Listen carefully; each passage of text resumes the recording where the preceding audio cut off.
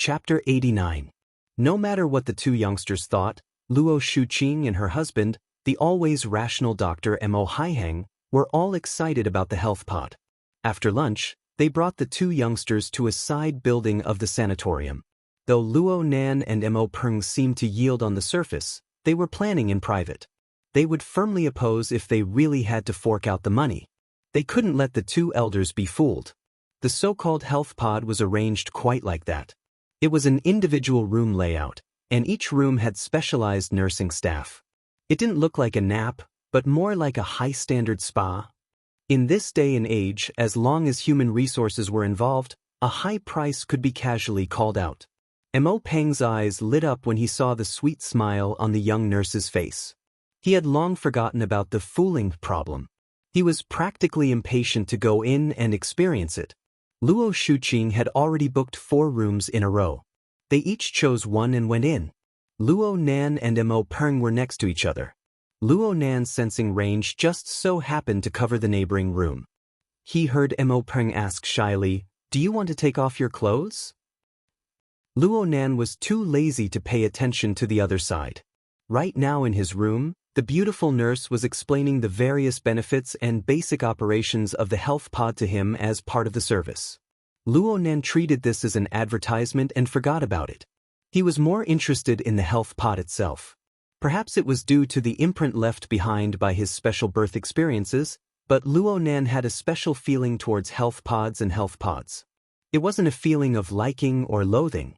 It was a kind of trance from deep memories. When a health pod was placed in front of him, it was like a hypnotist setting up a suggestion. It would push him into the deep and chaotic deep memory zone. The feeling was very complicated and chaotic, but he didn't hate it.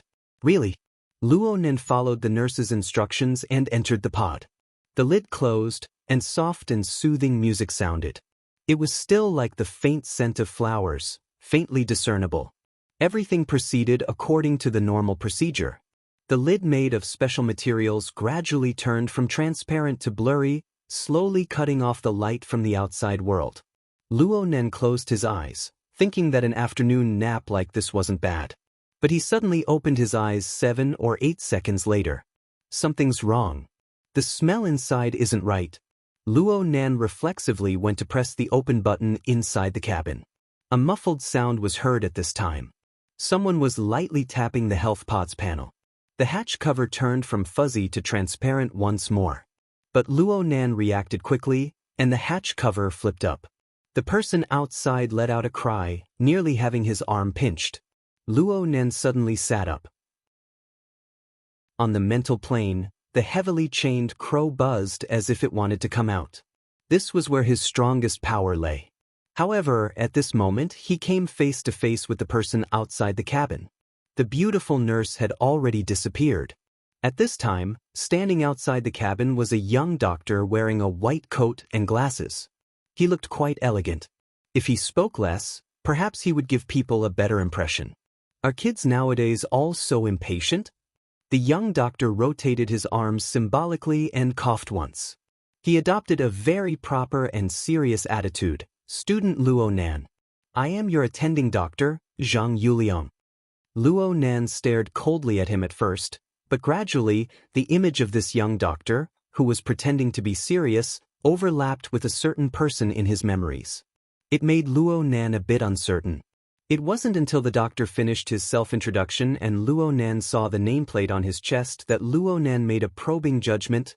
"You are Bro Octopus?" Cough, Zhang Yuliang. Yuliang as in Yuliang. The more the young doctor spoke, the more certain Luo Nan was. He let out a breath and relaxed, but he couldn't help but want to laugh. On the night of the 28th, it was this young aptitude user who was wearing a funny t-shirt with a cartoon octopus. While he was laughing and joking, he showed his exquisite ability to make hallucinogens and turned dozens of people in the room into stupid pigs with confused minds. And now, he was wearing a classic white coat and a pair of gold-rimmed glasses. It was as if he was 10 years older in an instant. At first glance, he looked like a highly educated professional doctor. But the hip-hop flavor that was carved into his bones, along with the deliberate movement of his eyebrows, broke through the false shell in the blink of an eye. Luo Nan was most familiar with this side of him. Hey, hello bro Octopus. Luo Nan was still thinking about Octopus's superb drug concoction methods. As a semi-professional, Luo Nan quite admired Octopus. In addition, an outstanding master of hallucinogens was working as a doctor in a mental sanatorium. It seemed quite fitting. I was supposed to have a leisurely weekend shift, but it was ruined by a certain someone. I don't feel good at all right now. Octopus ignored Luo Nan's good intentions. He flipped the flexible screen in his hand and found the relevant information. He spoke in cadence. Schizophrenia. Severe mental illness. It occurs in 1% of the world's population. It is related to hereditary factors. People with a history of schizophrenia in their family will have a higher chance of contracting the illness by several times. The examinee's grandfather was a patient with severe schizophrenia. 4 years ago, the examinee himself was admitted to the hospital for treatment due to the dysfunction of his neurotransmitter system, causing his heart and lungs to fail. He was even given a notice of critical illness. The hospital's diagnosis at the time was that if the illness were to progress further, the possibility of the illness being hereditary and developing could not be ruled out.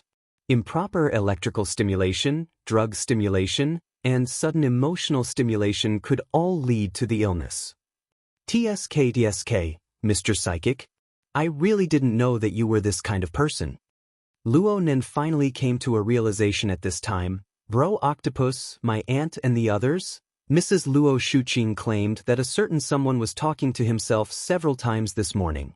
Moreover, he said things like, "How will XX company be handled? I'll accompany you anytime," and other such offensive and cautionary words. Moreover, these kinds of words have no obvious connection to the environment of their daily lives. So, Mrs. Luo Shuqing suspects that this is the early symptoms of schizophrenia. She's also worried about a certain someone's psychological resistance, so she used this method to do an examination. It's a pity that our sanatorium's high-end health pod was used as an anesthetic. Luo Nan didn't know what to say for a time, but he soon came to a realization. My aunt and the others definitely wouldn't have been able to think of this convoluted idea. Octopus spread his hands. Isn't it the duty of a qualified doctor to solve the problems of patients and their families? Moreover, this health pod can perform brain imaging. It's very convenient. He looked at his watch. Your family's elders are about to arrive. Are you going to explain things to them, or are you going to obediently lie down and put on a show? Luo Nan laughed bitterly. He immediately lay down and closed his eyes. A smart choice. All right, I won't violate the taboo of the society and scan your body structure. I'll just use a fake to deal with it. I'll have to trouble Bro Octopus. The lid of the pod closed up once more, isolating the outside world's light. But in reality, Luo Nan was still able to sense the outside world's environment. He was able to see his aunt and uncle push open the door and walk in. From head to toe, their expressions were filled with seriousness, caution, and worry. Chapter 90. Luo Nan maintained his absent-minded state all the way until Octopus opened the health pod. It's not easy to fool them. They are half experts in this field. Octopus took off his decorative glasses and fanned himself with the flexible screen to express his feelings of hardship. It's over for the time being. They only said that the symptoms were not obvious at the moment and did not dare to deny it completely. Otherwise, they would definitely take him to another hospital. All right, I admit that it's not safe even now. Be prepared. That's right. Luo Nan was a bit at a loss. How could he prepare for this? In the days to come, he would be treated as a schizophrenic by his aunt and uncle? Octopus saw Luo Nan's depressed mood and chuckled. Don't get tangled up. In a certain sense, they weren't wrong. You know, from a certain perspective, every ability user has schizophrenia. Luo Nan raised his head in shock. That's not what I said, it's President Ouyang's wise opinion. Ouyang Qin, do you know President Ouyang? Yes, the one who invented the hexaear. Yes, that's him. He was the one and only registered extraordinaire in the Xia City Society. He started with the mental enhancement, and he was the absolute authority in this field. You're also a spiritually enhanced type. You can learn from him later. Octopus clearly admired President Ouyang very much. He gave Luo Nan an introduction before saying, President Ouyang once said that as an ability user, we often need a set of logic in the normal world and another set of logic in the inner world. Moreover, every awakened should also have their own set of logic. The logic of the normal world helps you avoid making a joke out of your basic daily life. It allows you to act according to the rules of law and morals. It also teaches you simple principles of socializing and working, allowing you to become a normal human being. Luo Nan went, oh. He discovered that this definition was very similar to the social format. Of course, any sociological theory would have similar concepts. As for the inner world logic, it's the logic of a small circle of ability users. Things like revering strength, focusing on one's own strength, and using one's abilities to differentiate between superior and inferior classes. Originally, it was very simple. He just had to fool around in his own circle, like the MMA association. But the problem is that the inner world has a strong influence on the normal world. This causes the logic of the inner world to distort the logic of the real world. Well, isn't it like schizophrenia? Or should I say the epitome of all mental illness? Luo Nan nodded. It's a bit similar. Of course they look alike. If there is a difference, it is that psychopaths cannot use their logic to affect reality. Their logic is illusory, fragile, and absurd. But we can, and our logic has become the rule that a considerable number of people must recognize. Octopus made a horizontal gesture. If we were to apply this principle to self-logic, remember, President Ouyang suggested that every awakened should have a set of self-logic. Luo Nan inexplicably sucked in a breath. He felt a certain feeling of déjà vu. It was like a gradually rising tide, flooding his chest, his nose, and his head. Octopus continued, the so-called self-logic is a set of self-consistent theories that ability users use to explain their own abilities. As long as you can form a complete logical chain from beginning to end, and can actually verify it, then no matter how ridiculous it is, it's possible. Just like those madmen in the secret orders. Their actions are absurd, but it doesn't affect their strength. It's because they have an internal logic, and use this logic to successfully distort the external world. We can also give an example. Your grandfather, Mr. Luo Yuandao, is that okay? Luo Nan was silent. Octopus continued to speak like this, I've seen your grandfather's symptoms. Disregarding the pathological changes in his nervous system, he is the typical manifestation of self-logic being unable to defeat external logic. If he really does possess an extremely powerful strength that can affect the entire universe, then he is correct. It is appropriate to say that he is the center of the universe, the truth of the world. But in reality, it is impossible to possess this level of strength. Therefore, us ability users cannot fall into delusions. We must abide by reality. We must ponder and revise our internal logic according to our true level of strength. This is so that our logic can be perfectly realized in the external world. Octopus was a bit tired from speaking so much in a single breath. He spread his hands and concluded, from this point of view, every ability user is a psychopath who attempts to use self-logic to distort objective reality. In addition to the dual influence of the logic of the normal world and the logic of the inner world, it is hard for us to avoid being tired. Therefore, some people want to push down the wall, allowing normal people to adapt to the existence of ability users, allowing ability users to dominate this world. There are also people who completely ignore it, don't care, and don't come into contact with it. Even more extreme are those who don't recognize the logic of the normal world. They don't treat non-ability users as people. There are also those who kill. Oh, it's quite unfortunate that you entered this enormous mental hospital at such a young age. You can only suffer a bit more. If you must make a suggestion, it would be better for you to rely on the logic of the inner world. This can be considered a type of compromise. After all, you aren't an awakened yet. You have developed self-logic early on. Perhaps you really will become crazy. And if you follow the logic of the normal world, you will be far too clumsy. Therefore, Participate in a few more society activities. Get to know a few more friends. Form your own circle. You will slowly adapt. This can be considered a piece of advice from Senior. Luo Nan's brain was stuffed with a lump of logic. His brain was more or less muddled. But he could see that Brother Octopus was a warm-hearted person. These words were admittedly a bit mysterious, but they were very helpful to him. Brother Octopus really did want to enlighten him, so Luo Nan immediately expressed his thanks. Octopus chuckled and waved his hand. No need to be polite. It's quite hard to get a chance to curry favor with a psychic. Just don't let me charge too far to the front when we move in the future. I'm just a pharmacist. I'm not cut out to charge and break through enemy lines. Of course, this was just a joke. But Luo Nan suddenly thought of a matter that had been hanging in his mind since a long time ago when he heard Octopus mention a pharmacist. He muttered to himself for a moment and then said, Brother Octopus has done a lot of research in compounding psychotropic drugs? Then do you accept orders? Of course I accept. It's fine as long as you explain the use clearly. Octopus responded smoothly, but then he was startled. He changed his expression and sized up Luo Nan up from head to toe. He even rubbed his chin and muttered to himself for a while before speaking once more. Especially for a minor like you. You need to explain even more clearly.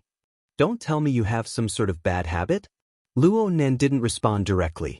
He focused slightly and transmitted a molecular formula to Octopus through the hexa ear. I want to compound this drug. Can I? Chapter 91. Octopus stared blankly for a while. His eyes focused and looked at Luo Nan. Actually, if you want to kill someone, you don't need this kind of complicated structure. You just need to cut out a random portion from here. The dosage is enough and the results will be absolutely fantastic. Luckily, Luo Nan didn't need to explain. Octopus's eyes emptied once more and he sank back into his professional world. Luo Nan clenched his fist in secret when he saw Octopus's reaction. There's a way. At least at this moment, it wasn't just the concoction of the drug. The principles and effects of the drug were worth serious research by professionals. This was undoubtedly the best news for Luo Nan. He directly shared the molecular formula with Octopus. Didn't he want to obtain a similar result? A notification sound came from the nourishment chamber at this time. It was time for the preset nap time. Luo Nan didn't want to disturb Octopus's train of thought, but he thought that his uncle and aunt would be coming soon. He couldn't help but urge, Bro Octopus, give me a clear answer. Can you do it or not? If you can, I'll give you the dosage and everything else. Give me the ones in front. Octopus's words drifted. Octopus stared at him once more. His eyes didn't even blink. His face swelled with a layer of blood red. This definitely isn't the original version, right? Any normal person would be toyed to death with so many targeted neurons acting on them at the same time. But its goal isn't to toy with people, right? Amazing! Luo Nan couldn't help but admire Octopus for being able to see so much from a simple molecular formula. But then he thought about it. Octopus himself probably had similar thoughts besides his eyesight and professional level. After all, he was a pharmacist and an awakened. Luo Nan really didn't know whether he should be anxious or proud when he saw Octopus's reaction. But he knew that if Octopus continued to stay in the room and was seen by his aunt and uncle, everything would be exposed. In fact, the two elders who had left in succession had already appeared within the range of his senses. It was too late to leave now. Disappear right now and then I'll give you the original version. Okay? Octopus's eyes lit up. He didn't say anything further as he pulled open the window and jumped down. The height of 3 stories was nothing more than a single step for him. Luo Nan let out a long breath. He tidied up his clothes and confirmed that there were no flaws. He pushed open the door and left. Mrs. Luo Shuqing was just about to knock on the door when she was startled by Luo Nan's action of opening the door. She carefully sized up Luo Nan's face a few times before revealing a smile and said, "What do you think? Is it effective? It's all right, but there's no need to buy it specifically." Luo Nan began to act with his aunt. To be honest, his acting skills were terrible. Fortunately, his aunt also had something on her mind, so the conversation between the two was a little absent-minded. At this time, Octopus also started to harass him through the hexa ear, forcing him to pass on the relevant information. The more anxious Octopus became, the calmer Luo Nan became. Now, he had to re-evaluate his grandfather's results and make a decision. A chaotic weekend afternoon began. Actually, the afternoon passed by very quickly. After the nap, Luo Nan and Mo Prung played a few rounds of 10 days in the wilderness. Then it was time for Luo Yuandao to go out for a walk every day. The two young men accompanied him cautiously and listened to the strange words of the old man. The uncle and aunt, standing a little apart, talked to each other in a low voice, and all seemed to be proceeding in a calm and orderly manner. The problem was that Luo Nan's ears never had a moment of peace. Luo Nan's uncle and aunt believed that they were far enough away, but there would always be some words that would fall into the range of Luo Nan's senses. Without exception, they were all topics related to his illness. In addition, Octopus's harassment came from another direction without end. Ever since Luo Nan gave Octopus the corresponding molecular formula, it was as if a bag of salt had been poured over him. Octopus's thoughts began to twitch. Astonishment, bewilderment, doubt. And all of this was completely shattered in front of the living example of Luo Nan. It was just as Octopus had said before. No matter how absurd the logic was, as long as it could be verified in the real world, then one must acknowledge its existence. At this time, Octopus was sitting in the laboratory, trying to mix drugs while sighing and groaning at Luo Nan. When I see the first step, I feel that I'm an idiot. When I see the last step, I feel that I'm a madman. But when the first step and the last step are put together, I can fucking say, we're all trash. Give me another one. Just give me one more of the prerequisites you mentioned.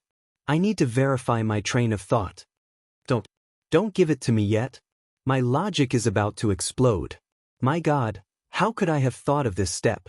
Neuronal structure mutation, growth and proliferation, retrogressive inhibition, and even withdrawal reactions.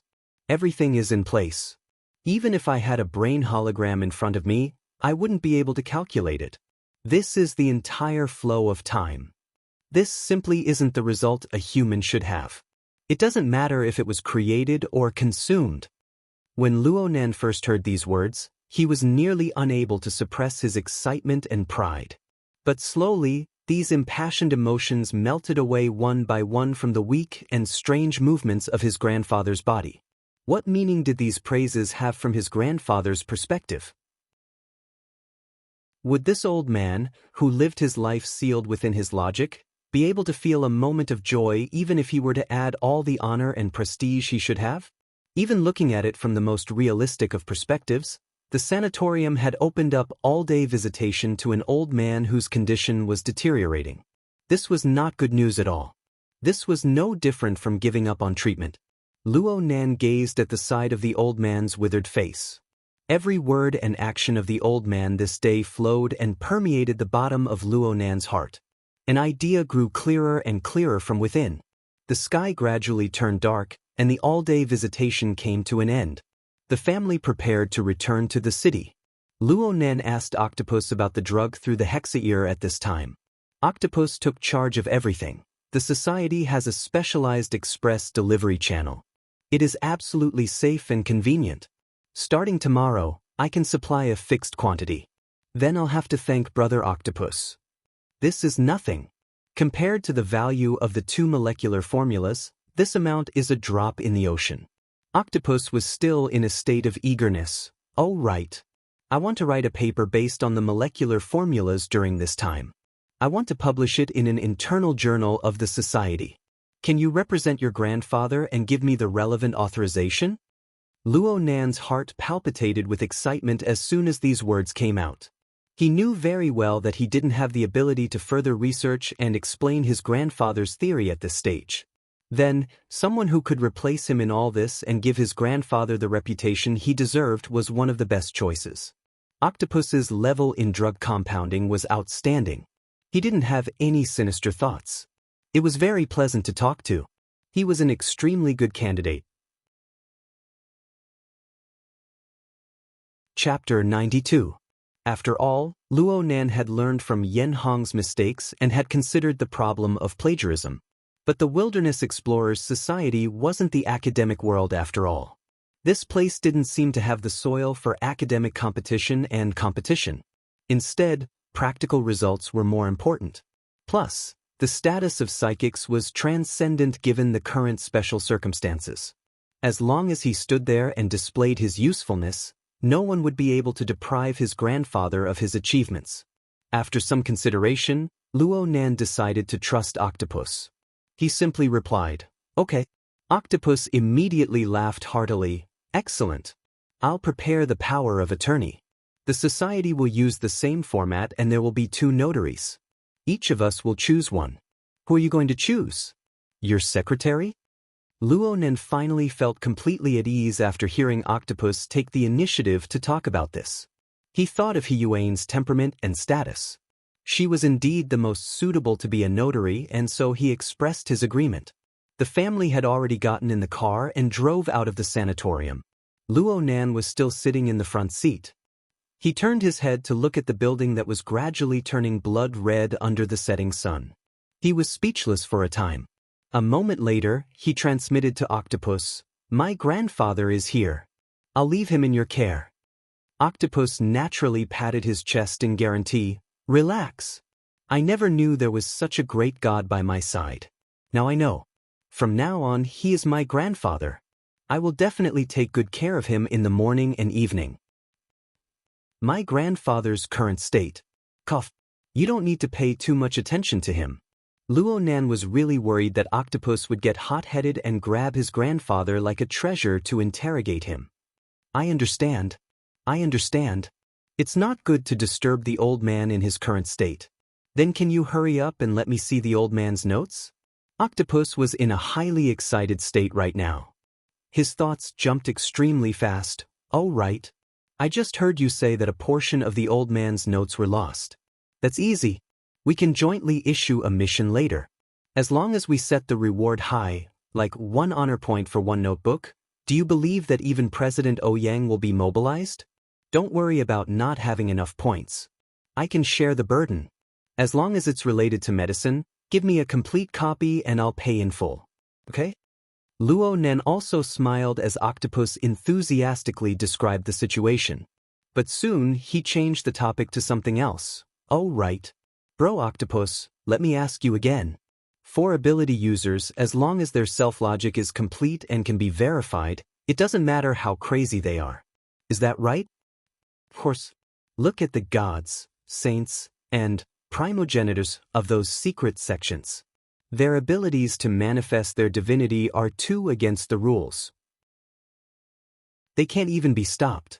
Octopus Bro concluded, but immediately after, he felt that something was wrong and quickly added, Yes, more important than logic is verification. If you can't interfere with the real world, then you're mentally ill. If you think you can interfere with the real world, then you're severely mentally ill. F***CK, I think what I've told you this afternoon is the content of the intermediate seminar. It's beyond the syllabus. Don't let your imagination run wild. Octopus lived up to his reputation of working in a mental sanatorium. He was extremely sensitive to relevant issues.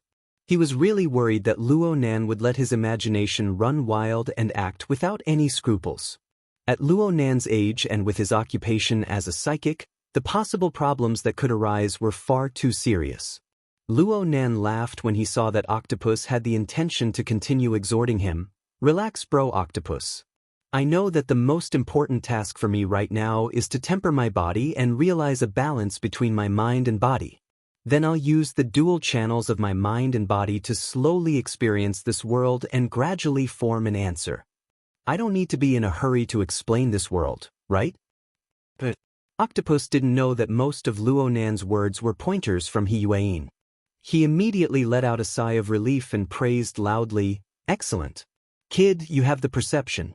You should do this step by step in a down-to-earth manner. Right now, your body really is lacking in polishing. But it doesn't matter. You're still in puberty. Wait until the matter with the human-faced arachnid is over. I'll find you a set of training methods in the direction of mental strengthening. You'll definitely be able to achieve a balance before your body stops developing in a few years. When that time comes, you should be able to rely on the foundation laid down by the old man to become an awakened. Alright, I'll send you my notes from the junior seminar in a bit. You can refer to them first. There are a lot of very basic things in there. But these things will still be useful even if you become an extraordinary. Luo Nan took a deep breath. Thanks a lot, bro Octopus. Luo Nan chatted with Octopus about a few basic topics before cutting off the connection. He looked at the sky outside right now. It had already irreversibly fallen into an even deeper darkness. The street lights on both sides of the high-speed magnetic track were like two dragons of light without heads or tails. They extended and danced in the darkness. They seemed to merge together at the corner, but they separated in the blink of an eye. They were incomparably harmonious and synchronized, but they were never able to stick together. Luo Nan leaned against the back of the chair and stared blankly at the reflections of the two dragons of light. One is Grandpa. The other is me. What? Mrs. Luo Shuqing, who was sitting in the back seat, was extremely sensitive to Luo Nan's soliloquy. In fact, Luo Nan hadn't spoken a single word ever since he got on the car. He maintained a long period of silence. This made her raise her vigilance. Luo Nan turned his head and saw that his aunt was clearly very nervous, but she was doing her best to maintain a calm posture. He thought for a bit and spoke in a low voice. Aunt, give me a precise answer. Grandpa, how much longer? Luo Shuqing's face was instantly filled with astonishment. Then she used an even more obvious frown to conceal it. Her voice was deliberately suppressed to be deep. What are you letting your imagination run wild? Luo Nan took a deep breath. 2 years? I told you not to let your imagination run wild. 1 year. Luo Nan. Luo Shuqing suddenly raised her voice, causing Mo Peng's body to go rigid to the side. His uncle never turned his head. It was as if he hadn't heard a thing. He was acting as a driver for show. Luo Nan let out a long breath, stabilizing the surging emotions in his heart. He also did his best to steady his voice. Grandpa has feelings for my painting. What are you talking about? Luo Shuqing felt that Luo Nan's train of thought was very strange. Luo Nan lowered his head and opened the notebook. He flipped to the page of the prison building and showed it to his aunt. Grandpa had feelings for this painting this morning. Isn't that right, Brother Peng? Mo Peng's entire body felt uncomfortable when he heard Luo Nan take the initiative to call him brother. This was a fucking threat, but he still nodded. Of course, he had to keep his words like, it was this painting that made the old man go crazy, to his stomach. Luo Shuqing took the notebook and looked at the chaotic lines that had other meanings. Her eyebrows furrowed even tighter. She closed the notebook. She didn't want to look too much so as to avoid being disturbed in her train of thought. Just say it. What do you mean in the end? I want to draw a painting. I want Grandpa to see it. I want to draw a painting that will make him truly happy. Make him happy? This isn't easy. I need time, but I just don't know how much time I have. Luo Nan turned his chair to sit face to face with Luo Shuqing. Their gazes met. I need to draw up a schedule for my plan. So I hope Aunt can give me accurate information to use as a reference. With the identity of Luo Yuandao's eldest son and grandson, is that okay? Chapter 93. Luo Nan knew that his aunt seemed strong, but she was actually a very traditional woman. She taught her children strictly and her thinking was relatively conservative. She often followed the will of the male in the family when it came to matters of principle. Luo Nan was the only seedling of the Luo family. His aunt was absolutely unable to refuse him just because of this. Luo Nan got what he wanted 2 minutes later. He didn't know what to say to his aunt at this time, so he could only turn his seat back. The car sank into silence once more. Luo Nan used the flexible e-ink screen to flip through his grandfather's diagnosis. The diagnosis did not have a clear time limit, but the truth was hidden between the lines. Luo Yuandao had multiple organ failure due to the many complications caused by the pathological changes to his nervous system. He was already in an extremely dangerous stage. In fact, he was completely relying on medicine and equipment to support himself. From the doctor's perspective, it was already a miracle that this old man could walk, talk, and lose his temper. But the strong stimulation of medicine would eventually be unable to resist the exhaustion of the essence of life. No one knew when this balance would tilt. Perhaps the old man's tolerance to a certain medicine would increase by a bit, and this balance would be broken. Then everything would be irreparable. If everything was simplified, it could be summed up in 2 words: at any time. Unexpectedly, Luo Nen wasn't that surprised. It was as if this was how things should be. The Hexaear sent another message. It was still Octopus. Octopus sent over his study notes from back in the day. The notes were all the key information he recorded when he participated in the Society's elementary research classes. There was a set of fundamental theories that tempered the mind and the fleshly body. They were very classical and practical. Octopus sent them over naturally meant to point Luo Nan in the right direction. Luo Nan skimmed 10 lines at a glance. He roughly flipped through the notes and stored them in the Hexaear's personal folder. He wasn't going to look at them in detail. His body leaned back against the back of the chair. His gaze once again looked at the parallel light dragons outside the window. Although the light dragons had the same trajectory, they would never converge. This was inevitable according to the rational rules of the normal world. It was just like how his grandfather, a schizophrenic, couldn't truly understand him when he drew a picture with the thinking of a normal person. Luonen spent a lot of time trying to use normal people's logic to interpret his grandfather's theories over the past 5 years. He explained it to normal people and even convinced them. But now he understood. His grandfather's logic completely broke away from the dimensions of normal people. What did the honor and justice of the world have to do with him?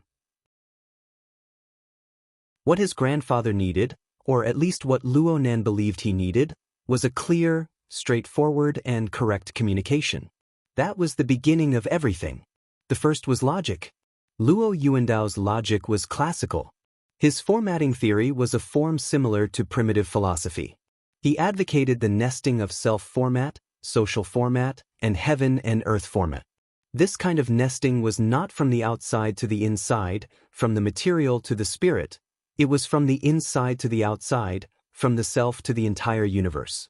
Apart from the founder, few people would like this theory, because it pushed all existences other than me into the whirlpool created by me and turned them into my slaves. Even Luo Nan, who listened and obeyed his grandfather's every word regarding the self-format, interpreted the societal format as a 5-level structure of student, employee, technician, clergyman, and politician.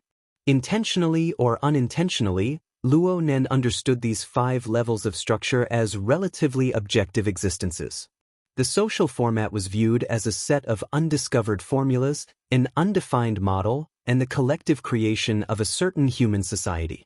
This was essentially no different from most of the sociological theories on the market.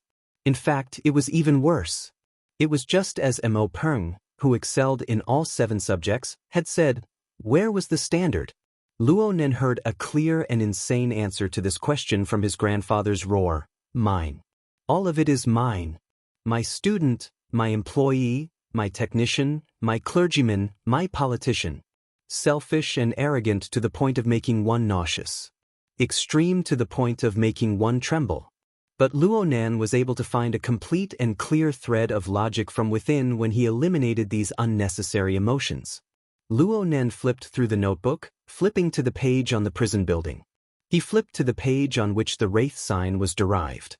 These were the 2 psychic diagrams he had left on the paper. Then he flipped back.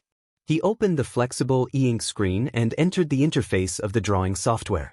There should be one more here. He had drawn the 3rd psychic diagram on the night of the 28th, which was like a muddy river. However, there was no one inside. Instead, he long pressed to open the 2nd interface of the software. It really was like a muddy river had flowed through here.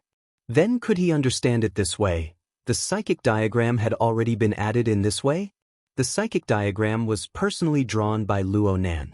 Naturally, he knew what it symbolized. The muddy river water was the muddy flow of emotions held by the human-faced arachnid. It was formed from the convergence of the corresponding emotions of countless humans. Practically no one was able to escape from this dusky muddy water. And within this muddy flow, the human-faced arachnid carried out its hunt. Luo Nan stared at the 5-story tower structure. The sketches of human figures were densely packed inside. Admittedly, they were arranged neatly like playing cards, but they were inexplicably an eyesore. He subconsciously trembled for a bit, as if he was going through a sieve. In an instant, the muddy flow of the interface became even more chaotic. It was as if an invisible giant hand was stirring. More importantly, the several hundred playing cards didn't follow the previous interface function of shuffling. Instead, they were scattered in all directions. The thousands of human figures on them were like drowning passengers on a capsized ship. They poured out from the 5-story tower structure, struggling, drifting, and twisting within the muddy flow. Luo Nan calmly looked at all of this and came to a conclusion. Everyone is struggling within the muddy flow of emotions. Simple depictions and replications are of no significance to the society's format. I believe that classifying and placing them is useless. What is truly meaningful? His gaze cast onto the 5-story tower structure of the interface's main body. It was already completely empty inside. No, there were exceptions.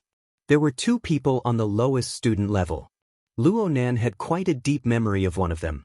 It was a gift that he had drawn not even 2 days ago. A certain man was waving his arm with one hand and his other hand was wrapped around someone's shoulder. He seemed deranged, yet he seemed unafraid. It was Xie Junping in an explosive state. The other one was a fish. It looked very lively as it spiraled and swam in the muddy water. In fact, it never crossed the boundaries of the student level.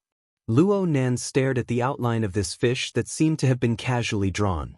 He used his finger to gesture a few more times and confirmed its origin.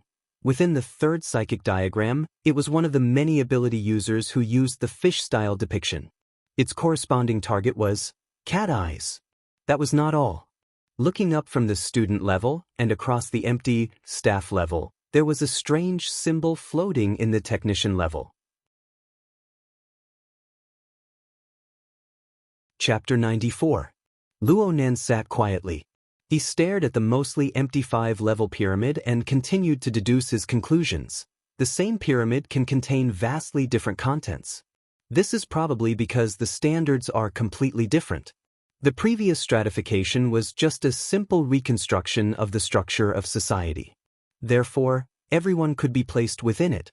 But this kind of structure did not have a clear and precise location for each individual. It was like a pile of spare parts.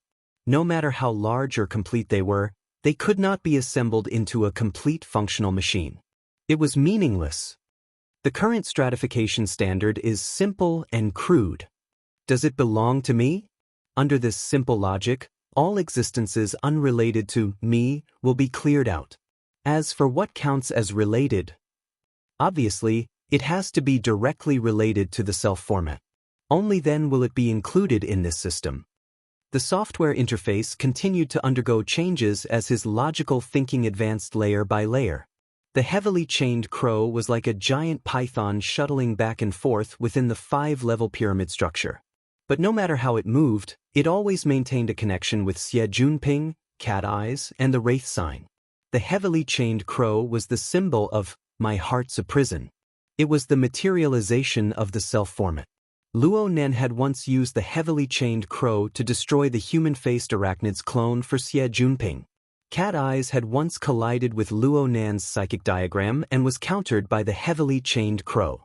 As for the wraith sign, it had always been under the control of the heavily chained crow. These scenes flashed through Luo Nan's mind one by one. They became footnotes for his inferences. Of course, there were differences between the 3. This difference was reflected in the division of levels. Xie Junping and Cat Eyes were on the student level.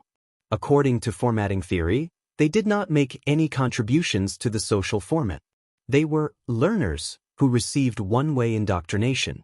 Though Xie Junping had stood up for Luo Nan and Cat Eyes had released her deep memories of Luo Nan, that was a change in orientation after entering the formatting system. Luo Nan was completely unable to obtain any direct benefits from the bodies of these 2 people. And if major stimuli were to appear, they would likely refuse Luo Nan's indoctrination.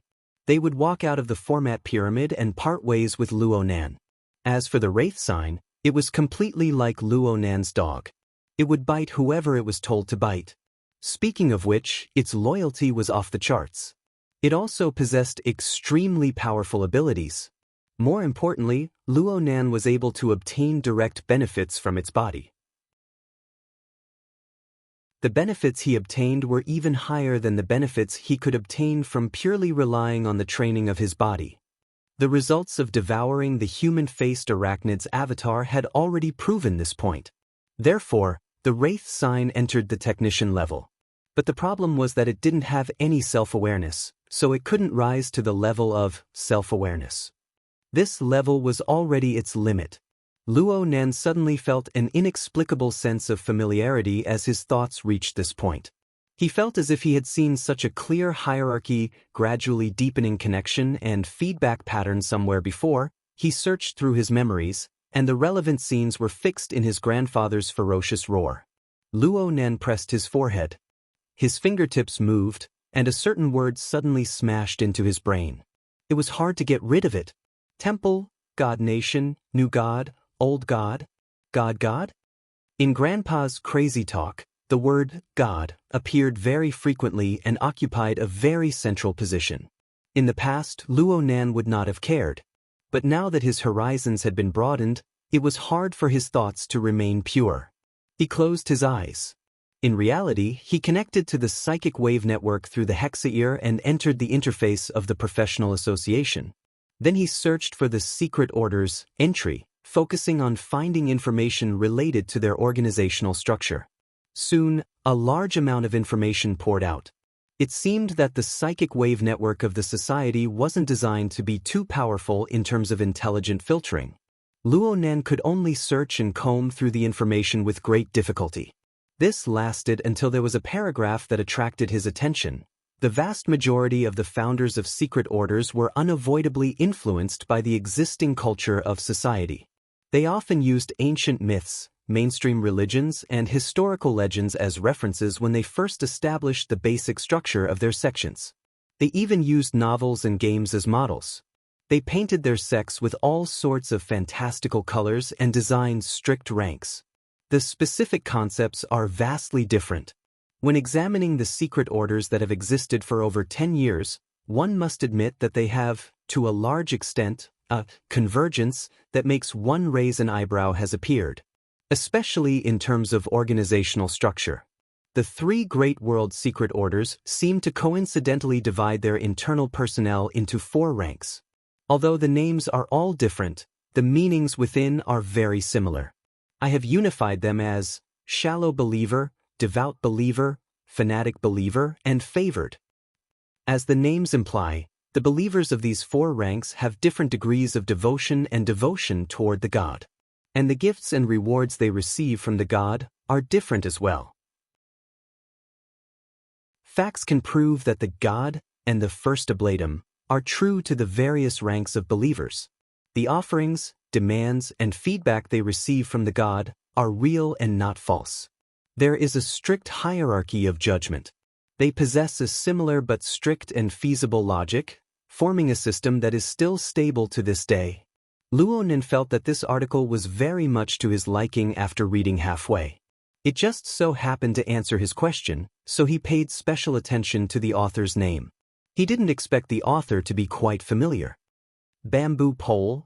If it wasn't the same name, then this person was the skinny and tall person who was in charge of intelligence work during the operation on the night of the 28th. Luo Nan remembered that this person always had a cheeky smile on his face, but his words were very sharp. Luo Nan's impression deepened and he matched this person's description with his own situation. Now he finally understood where the sense of familiarity came from. The 4 levels of the secret order's structure. Of course, it was possible that this was a definition borrowed from a certain novel or a certain game. It seemed to be completely comparable to the format pyramid. Although the format pyramid had 5 levels, the highest level, politician, had a rather special definition. It represented the subversion and denial of the entire format. It could be ignored for the time being. The next 4 levels were quite reliable.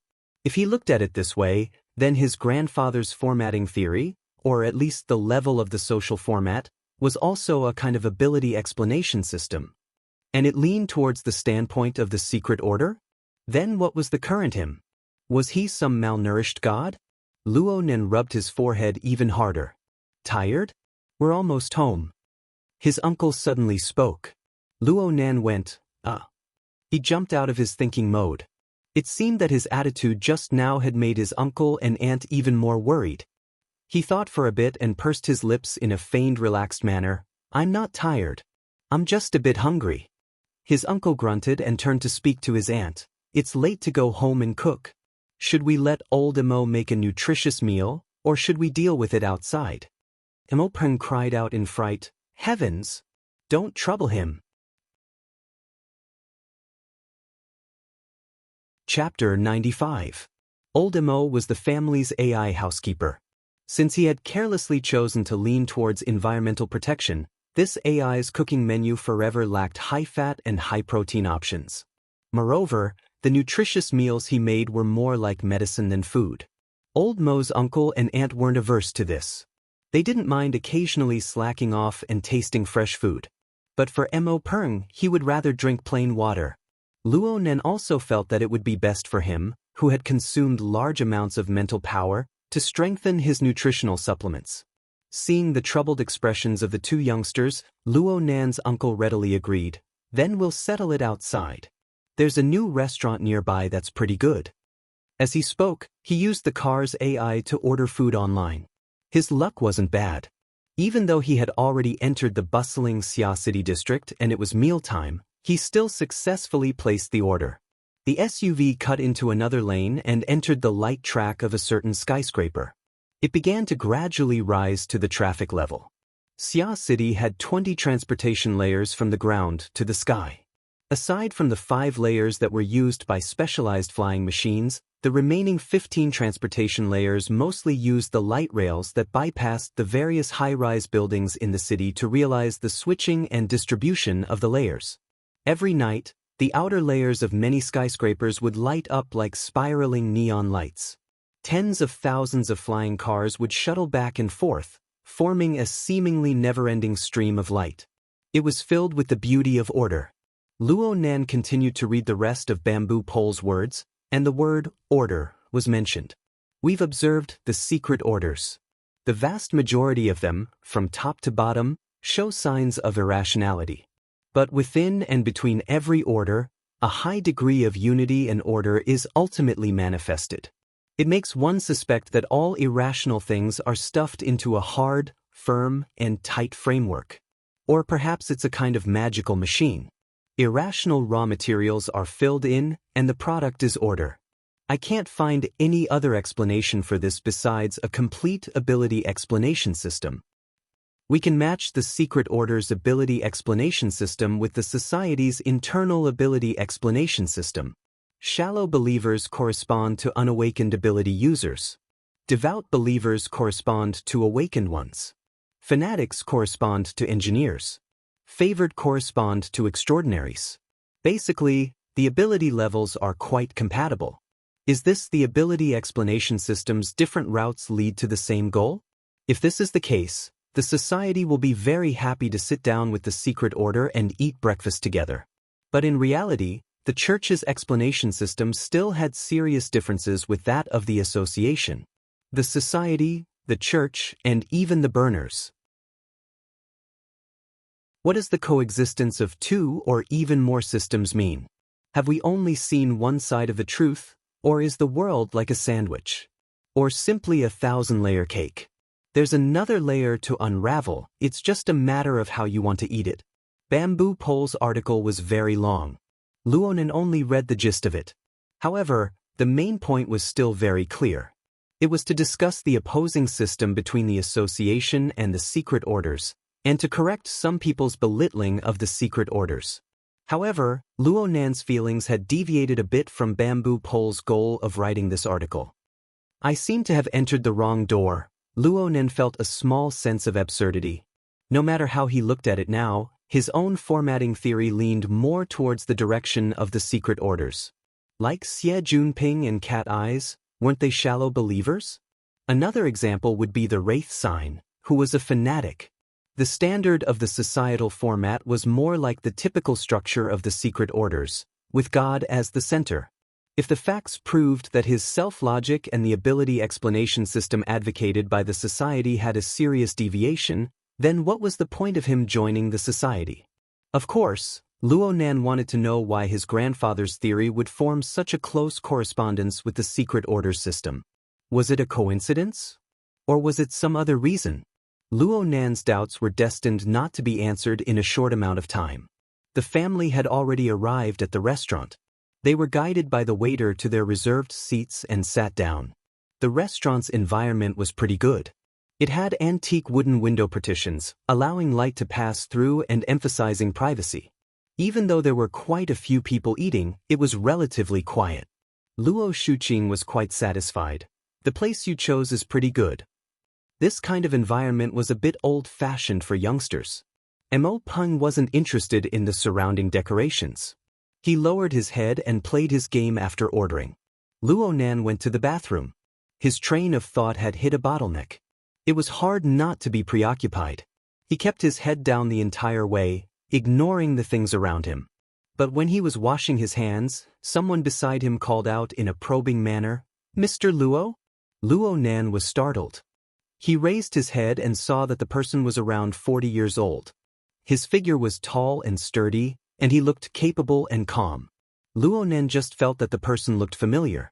He thought about how he was addressed, and only then did he remember that the only people who could call him by this name were those who participated in the operation on the 28th. Yes, this person was one of the 4 bodyguards He Yuan had brought with her that day. He was responsible for looking after Shui Lei, Black Wolf, and the other injured people. He was a very steady person. However, Luo Nan couldn't remember his name no matter how hard he tried. He couldn't help feeling a bit embarrassed. This bodyguard was experienced in the ways of the world. He smiled and extended his hand to introduce himself. "Zhou Hu. I didn't greet Mr. Luo that day. My apologies." Luo Nan hurriedly called out, "Brother Zhou." He was a bit baffled. "Brother Zhou is here? Is Sister He here as well?" "Nope. I'm off today. I'm here for a private gathering. A group of old comrades." "Alright. Cragburst is here as well." "Huh." Luo Nan's impression of Cragburst, who was also in the society, was much deeper. Cragburst was a valiant close combat expert. He existed as Luo Nan's protector during the later stages of the operation. Even though Cragburst didn't have the opportunity to truly display his strength, the 2-meter-tall giant gave Luo Nan a sense of security. Luo Nan even added Cragburst as a friend through the Hexeer. "You guys are comrades? We've tested each other before. We don't have a deep friendship, but we're familiar now." Zhou Hu laughed as he invited, "Mr. Luo, do you want to come over to our place?" "Forget it. Send my regards to Cragburst." Luo Nan wasn't good at this sort of social interaction. He was just about to leave when he turned his head to see Mo Peng's short and stout figure make his way in. Mo Peng was stunned for a moment when he saw Luo Nan chatting with a tall and sturdy man with a clear age gap. But he didn't really take it to heart. He greeted Luo Nan and went to release. Luo Nan found it inappropriate to leave first. He smiled at Zhou Hu, my older cousin. Zhou Hu understood and took his leave first. Mo Peng came to the sink just as Luo Nan left. He grimaced in pain. "Did you just run into an acquaintance?" "Dad ran into one too. This place is evil." Another person walked in before Luo Nan could finish speaking.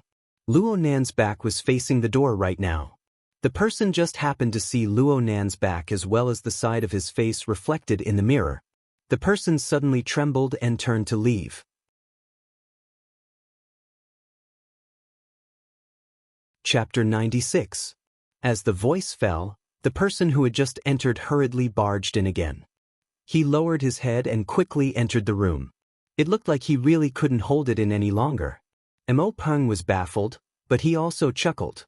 Luo Nan could vaguely feel that this person's strange attitude was due to him.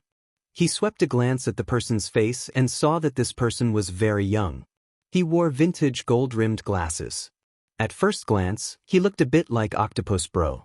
However, his hair was combed and shiny. His skin was tender and tender. He was a bit feminine. He looked familiar, but Luo Nen didn't recognize him for a moment. Luo Nen couldn't block this person at the urinal and interrogate him about this sort of thing. Luo Nen only kept his guard up as he walked out with Mo Peng. He casually picked up the topic from before. Where did this acquaintance come from? From work? He looks like a rich man? He brought a bodyguard and a lawyer. It looks like he's here to discuss business. He looks quite young. Mo Peng only remembered this much. The two strolled leisurely in the hallway. Then the sound of footsteps came from behind them. The young man who had gone to the wrong door just now walked in this direction after coming out of the restroom. However, he turned into a private room halfway. The distance was just right.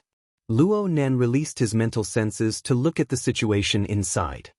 He sized up the faces of the people in the room when he heard a sentence, "This place is evil. Whoever comes, that's who." The one we just talked about. He nearly choked Li Xueqing to death. He even joined the order club. F***ck me. That psychopath. Luo Nen couldn't help but touch his face. Luo Nan's advance had already exceeded the range of his senses after hearing this sentence. However, he didn't need to listen to the following words. He finally remembered that the glasses guy was one of Xie Juanping's bad friends. He seemed to be called Lu Tao. Luo Nan's initial understanding of the dark side of life form came from this person. There were 2 or 3 familiar faces among the people in the private room. He should have met them on the warship.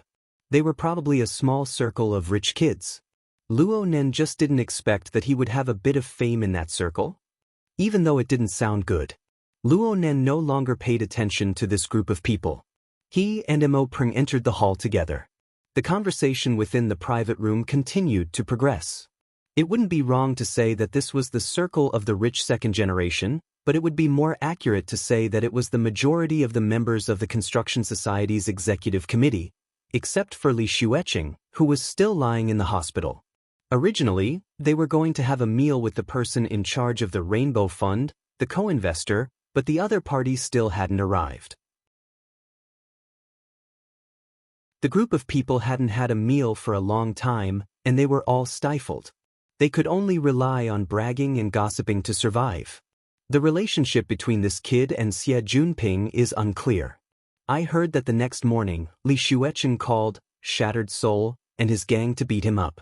In the end, not only did they not succeed, they were even beaten up by Xie Junping and sent to the hospital. This can't be right. Why did I hear that it's related to Lien Jiu? Have you seen Xie Junping hanging out with Lien Fu these past 2 days? It seems to have collapsed.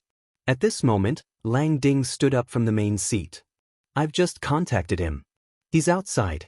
I'll go out and welcome him. Lu Taogang started a new topic. Although he was happy with it, he couldn't help but feel a little displeased. This person sure is arrogant. At this point, we don't even know his name or his appearance. I just need to know the Rainbow Fund's official seal and procedures. Lang Ding chuckled. He called a few people out and walked towards the main hall. Luo Nan and Mo Peng had already entered the main hall at this time. They could see from afar that the table they had reserved for 4 people at this time was actually full. There was even a person standing outside a small booth.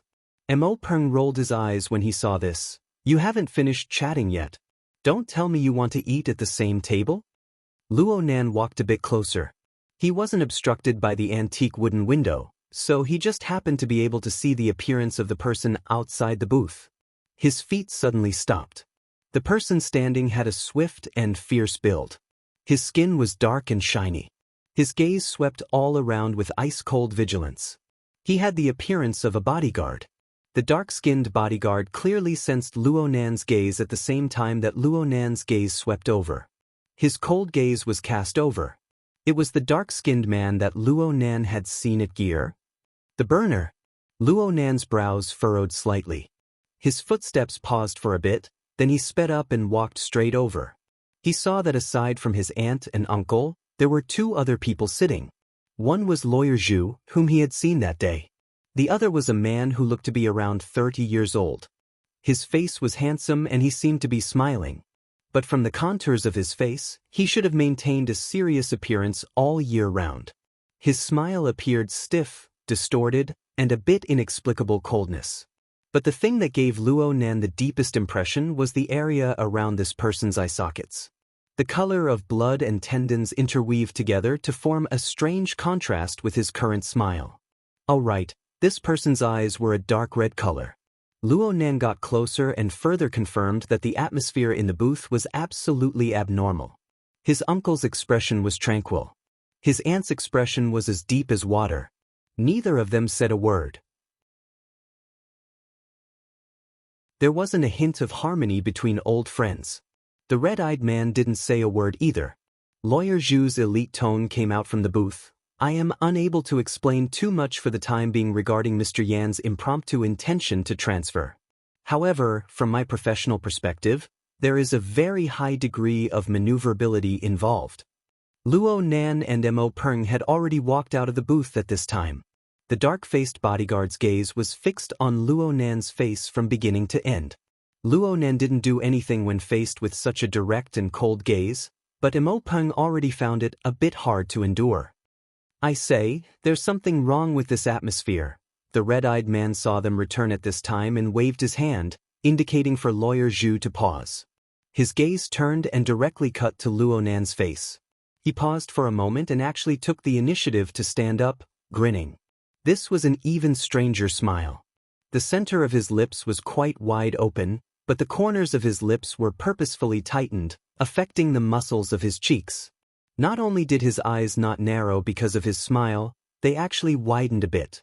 The dark red region at the corner of his eyes slightly twitched. That bizarre distortion was indescribable. This must be Luo Nan. I remember the last time I saw you. You just came out of your mother's womb. You weren't even the size of a palm. You just rolled up and down like that? Yan Yonghua. Mrs. Luo Shuqing slammed the table with a bang. Her voice was unprecedentedly furious and shrill. The entire restaurant went silent. The customers in the surrounding area and even further away all turned their heads to look. The waiters hurried over, wanting to understand the situation. And this attracted the attention of Lang Ding and the others, who had just arrived at the hall and were looking all around. They didn't see anything else, but they first saw the dark-faced bodyguard who was like a door god. Hey, over there. A group of people walked over with curiosity. Lang Ding was the first to see the situation inside the booth. His gaze swept past Luo Nan and the others before finally stopping on the face of the red-eyed man. His expression changed in an instant and he cried out involuntarily, Teacher? Teacher Yan? Some of the members of the construction society who followed behind him were at a loss. Some were stupefied. But the ones who recognized the face before their eyes all thought to themselves, this sponsor? What a deep scheme.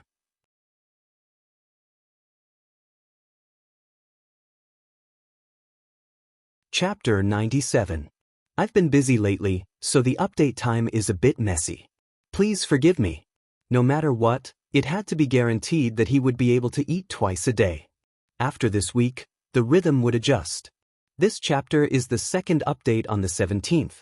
The vast majority of the Construction Society's executive committee members had stayed at Acumen College for over 10 years. 6 years ago, Yen Hong's academic scandal had shaken the entire world. There was no reason for them to forget it. What's more, wasn't the theme they were currently revolving around gear? In that academic scandal, the accident in Gear's underground laboratory was the scene that caused the world to be in an uproar. Yen Hong, facing the criticism of the entire world, deliberately created an accident, destroyed evidence, and used the crudest method to cover up his crimes. This also caused Acumen College, who was responsible for the administration, to lose face. After the incident, Yen Hong, who was condemned by everyone, disappeared without a trace. Yen Yonghua, who was a lecturer in the academy, also disappeared. Most people felt that they would never see them again. But reality slapped him hard in the face. It really is Yen Yonghua. He used to give me lessons. Lu Tao recognized Yen Yonghua and couldn't help but poke his companion beside him. Hey, he's the person in charge of the Rainbow Fund? That's a credit limit of tens of billions. And it seems that Quantum Corporation is behind it. Is Yen Hong coming back for revenge? His companion shook his head. He did not and could not answer this question. Yen Yonghua's demonic crimson eyes swept across the faces of Lang Ding and the others. He nodded slightly as a greeting. Then, he turned his gaze to Luo Shuqing, who was glaring at him, and bowed. Ms. Luo, I'm sorry. My words were inappropriate. Actually, I have always admired and respected Senior Sister Qingwen.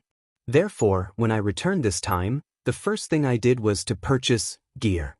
This was Senior Qingwen's undying work back then.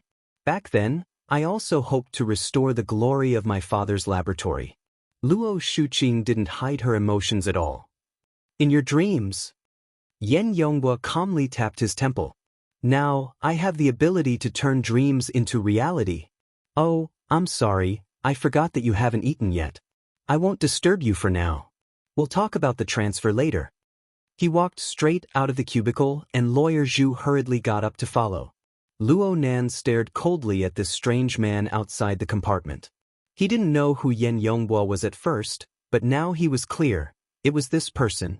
Yen Hong's son. It wouldn't be an exaggeration to describe him as a mortal enemy. No matter which side it was, they had no intention of resolving the enmity. Yen Yonghua walked to Luo Nan's side.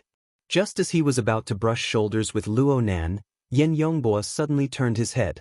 He used a twisted smile to meet Luo Nan's clear and cold eyes. Speaking of which, my father and Mr. Luo Yuandao have worked together for many years. I was also Mr. Luo Yuandao's student and research assistant for a period of time. Senior Zhongheng, Senior Qingwen, and I are fellow alumni of Acumen College.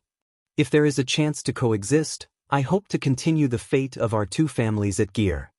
Luo Nan was disinclined to respond to such meaningless words. But in the next moment, Yen Yonghua suddenly turned around without any warning. He raised his hand and embraced Luo Nan's shoulder. It looked intimate, but Yen Yonghua bent his waist slightly. His unyielding strength forced Luo Nan to bend over. His mouth was right next to Luo Nan's ear as he laughed in a low voice. I was exaggerating a bit just now. You weren't that small when you were wrapped up in the womb. At worst, you were like a chihuahua rolling around in the solution. You were actually quite cute. Yen Yonghua felt Luo Nan's body go rigid in an instant. He patted Luo Nan's shoulder. It's just a pity for Senior Qingwen. I've been fantasizing about her since junior high. But from then on, I never did it again. Do you know why? Luo Nan turned his face slightly. His gaze was penetratingly cold and hard, but it was unable to affect Yen Yonghua's twisted smiling face in the slightest. It's too easy for me to make associations.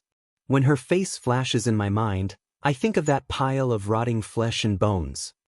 In this instant, a certain string in Luo Nan's mind snapped.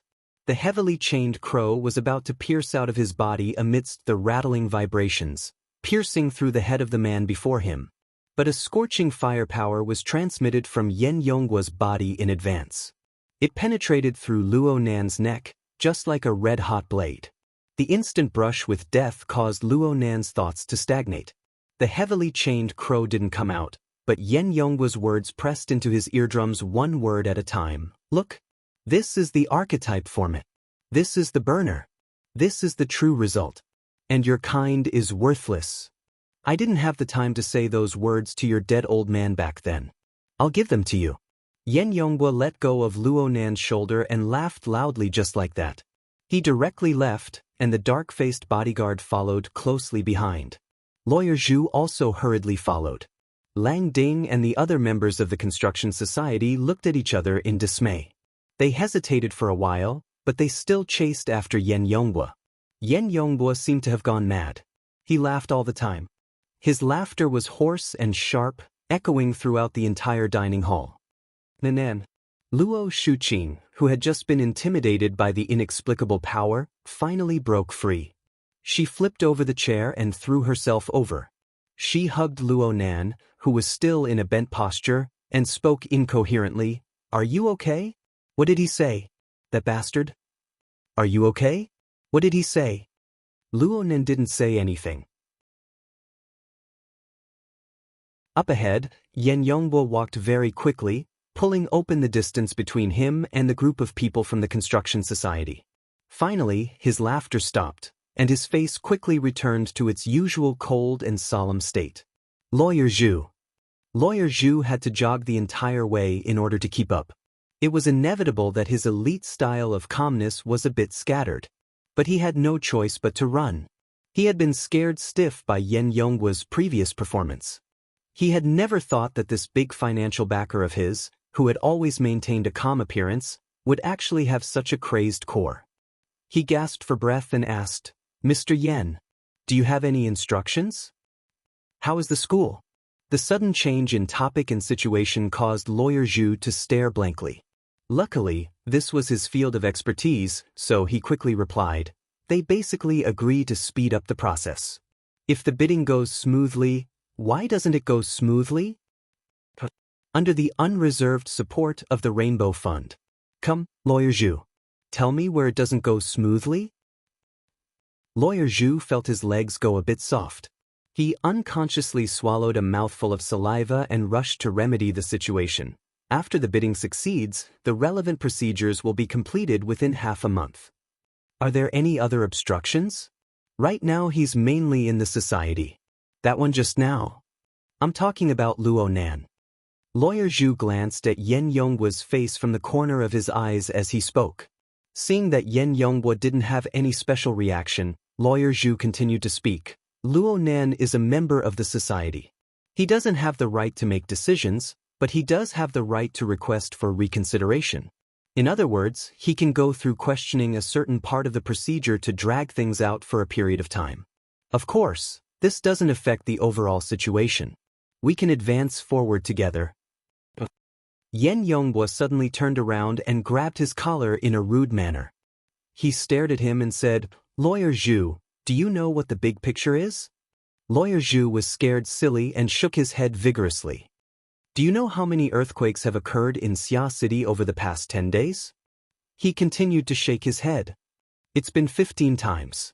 If you don't even know this, how can you talk about the big picture?" Lawyer Zhu had already been thoroughly confused by Yen Yongbo's logic. Fortunately, Yen Yongbo released his grip and sighed. "Sorry, I'm a little excited. Help me think, what should I do now? Right now, my mind is filled with kill, kill, kill. Isn't this not too good?"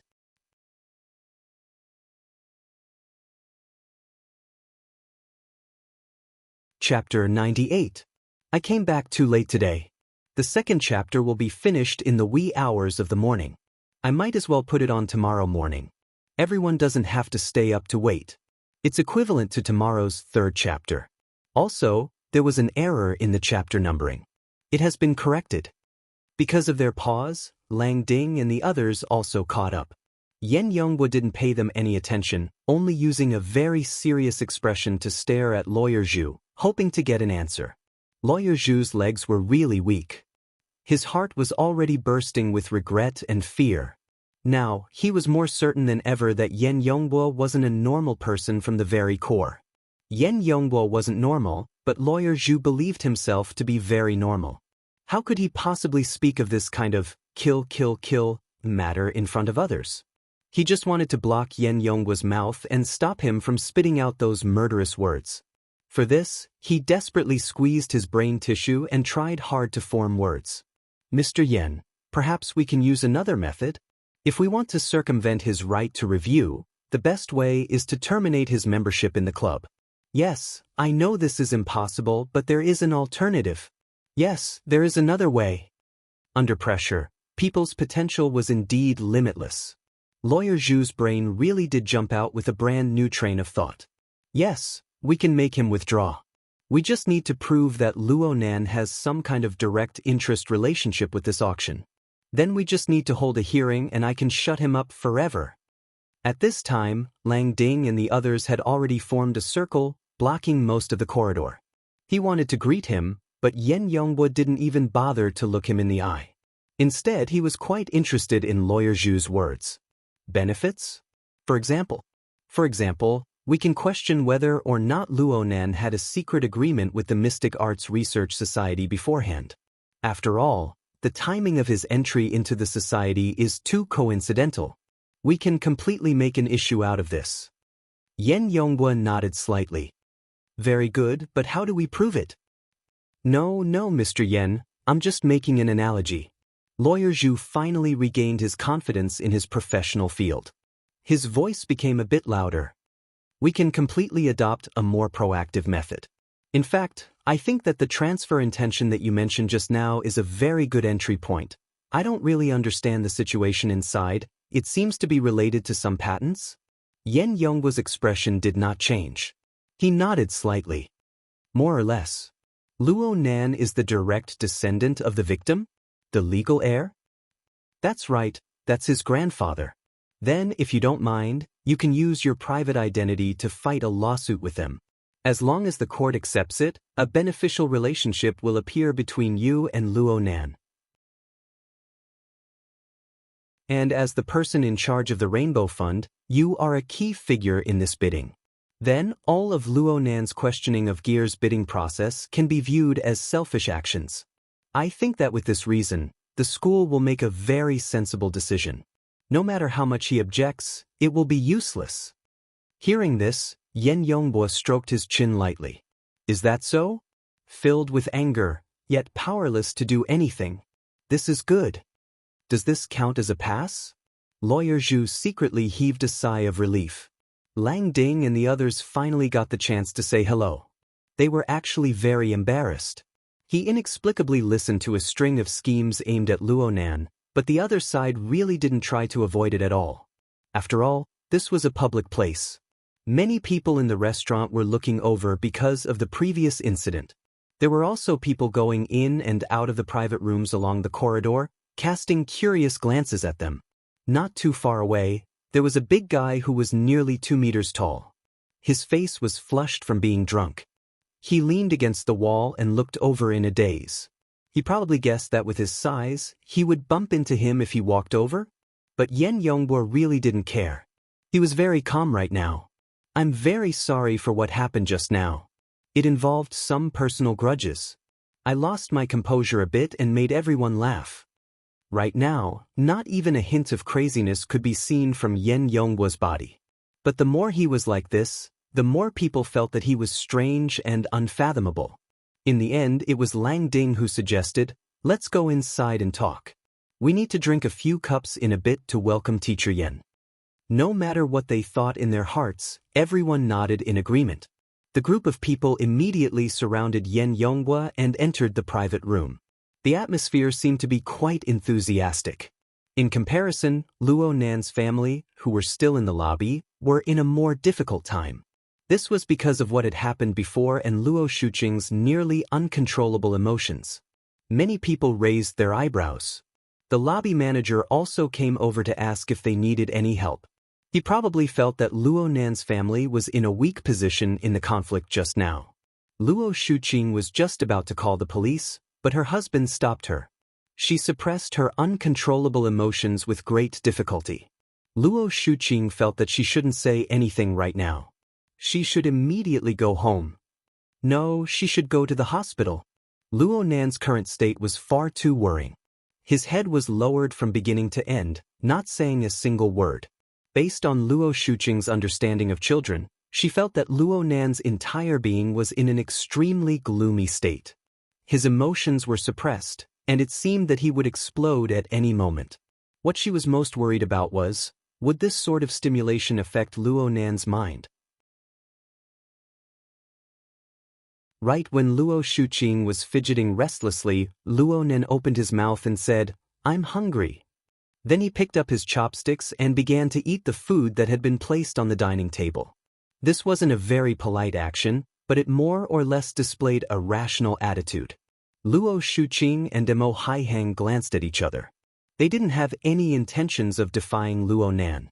They ate silently as well. No one was able to taste the food. Even the most ignorant Mo Ping didn't have the mood to play games. He looked at this and looked at that, his fat face wrinkling. The dinner ended hastily, and the family took a car home. Luo Shuqing's emotions, which she had been suppressing in public, completely erupted in the car within the privacy of her own home. Despicable and shameless mad dogs. They've been restrained in Quantum Corporation for 5 years, and this father and son are biting anyone they see. This was the first time in Mo Peng's life that he had seen his mother use profanity. He was truly stupefied as he watched. Luo Shuqing wanted to say more, but Mo Haiheng spoke in a low voice. "He's asleep." Luo Shuqing was slightly stunned. She leaned forward slightly and looked at the front passenger seat. Luo Nan was leaning against the back of the seat, sleeping. She suppressed all the words she had in her stomach. Luo Nan's reaction was abnormal no matter how she looked at it. The husband and wife looked at each other once more. They could see the worry in each other's eyes. Luo Nan could only apologize to his aunt and uncle for their worry. He actually hadn't slept. He just wanted to be quiet for a moment and organize his thoughts. But right now the emotions in his heart were churning. How could he calm down?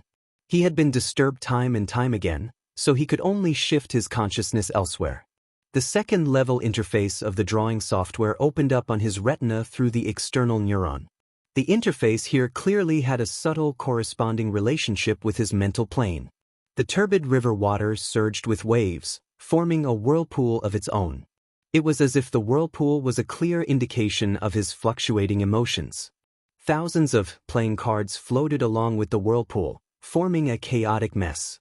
Only the 3 believers in the format pyramid remained relatively stable. Luo Nan's gaze cut past Xie Junping and Cat Eyes. It didn't stop there. In the end, it fell upon the Wraith sign on the technician level.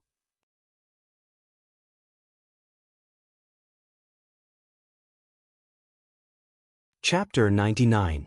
The red light signified that the Wraith sign was devouring. In reality, it was devouring Luo Nan's restless and violent fury. The Wraith sign was born from devouring the negative emotions of the human heart.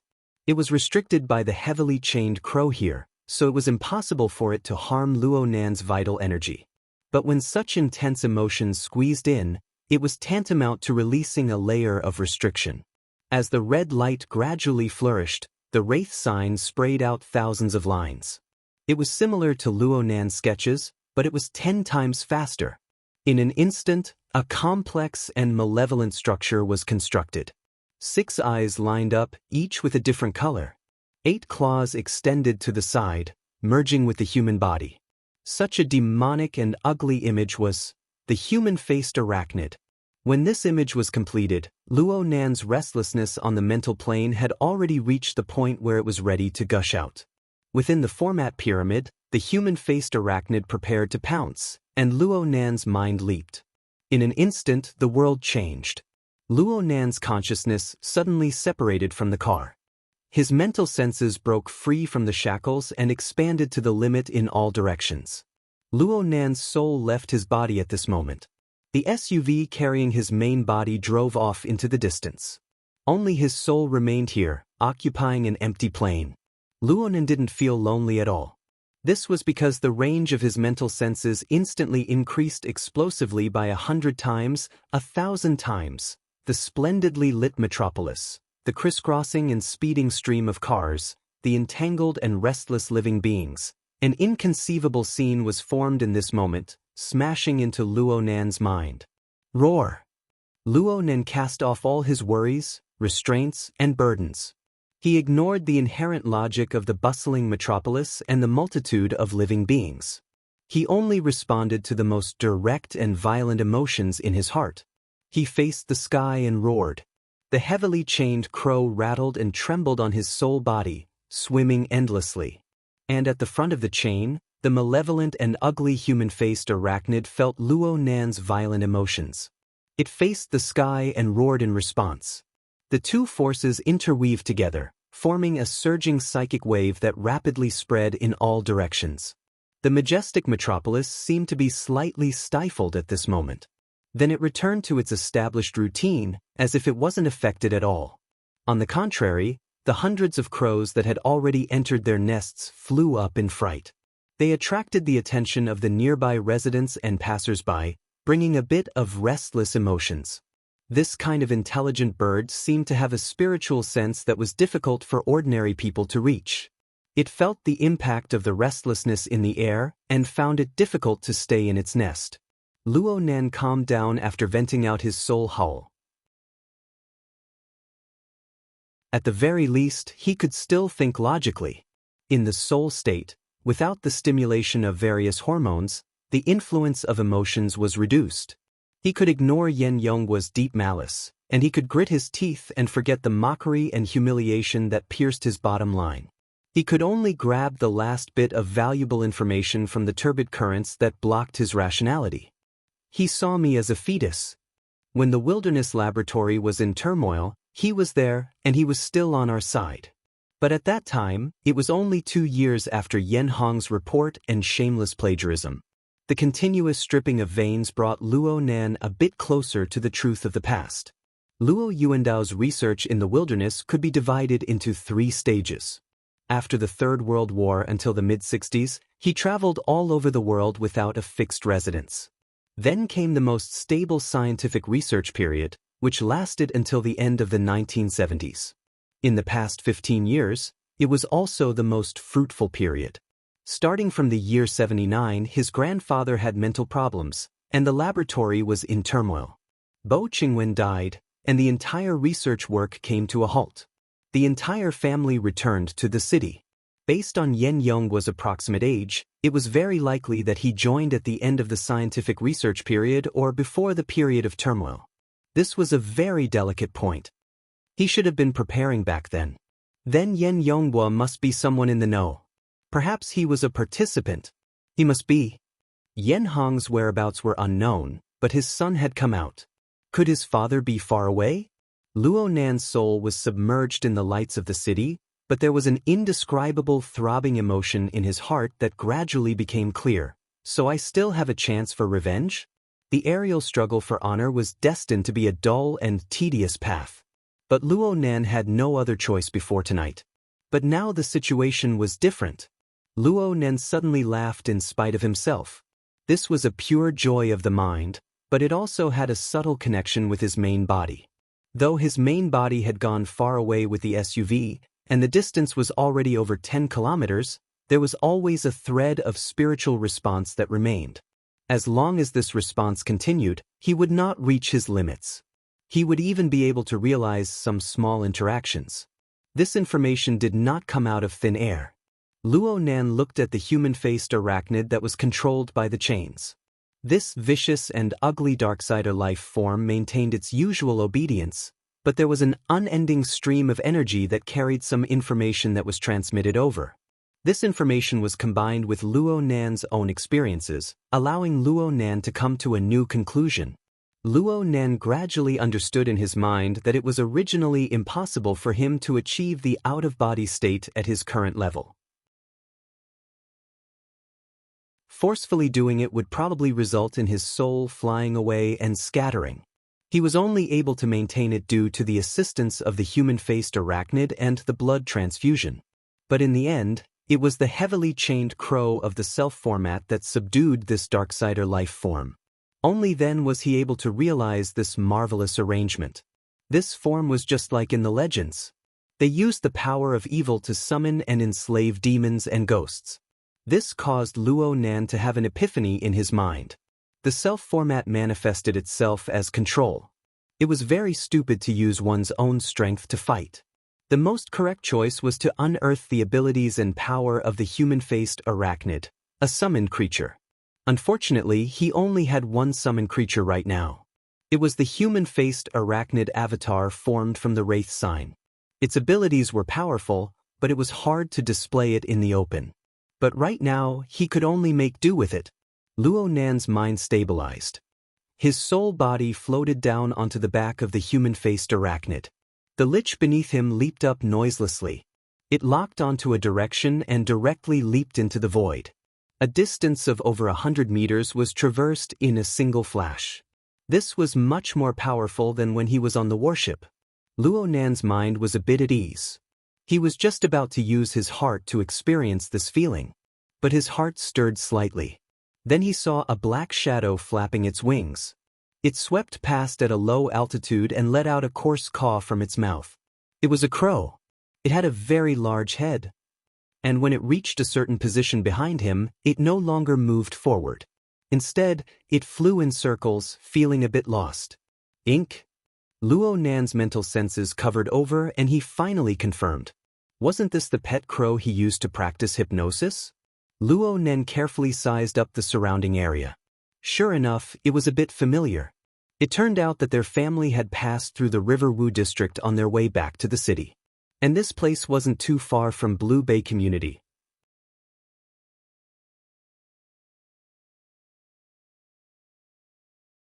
Chapter 100.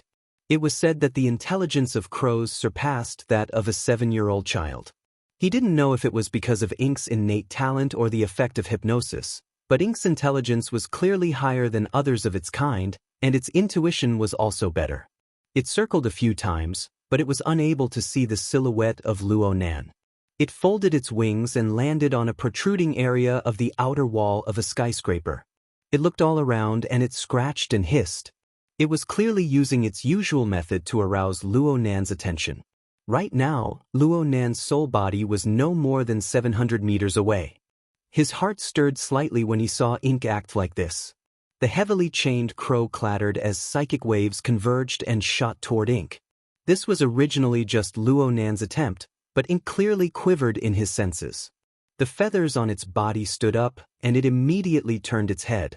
It was impossible to see anything in the dark night, but after a moment of hesitation, it still flapped its wings and flew toward the location of Luo Nan's soul body.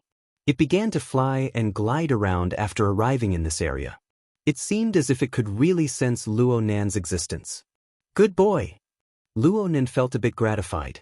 He tried using this brand new method to communicate with Ink. The results were indeed much better than simple hypnosis. The feedback he received from Ink was even more direct and clear. There was a great feeling of telepathy. The human-faced arachnid's 6 heterochromatic eyes adjusted their angles. It seemed to be paying attention to this new comrade.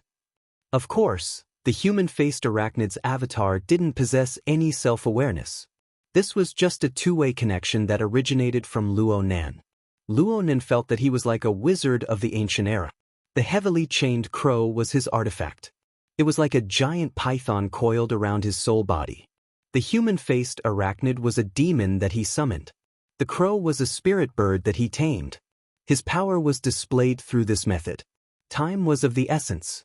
Luo Nan could not waste too much time because of Ink. Right when he was about to have Ink return, a subtle stimulus was transmitted back to him from his main body.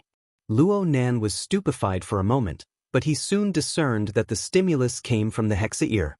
This miniature instrument manifested an inconceivable effect.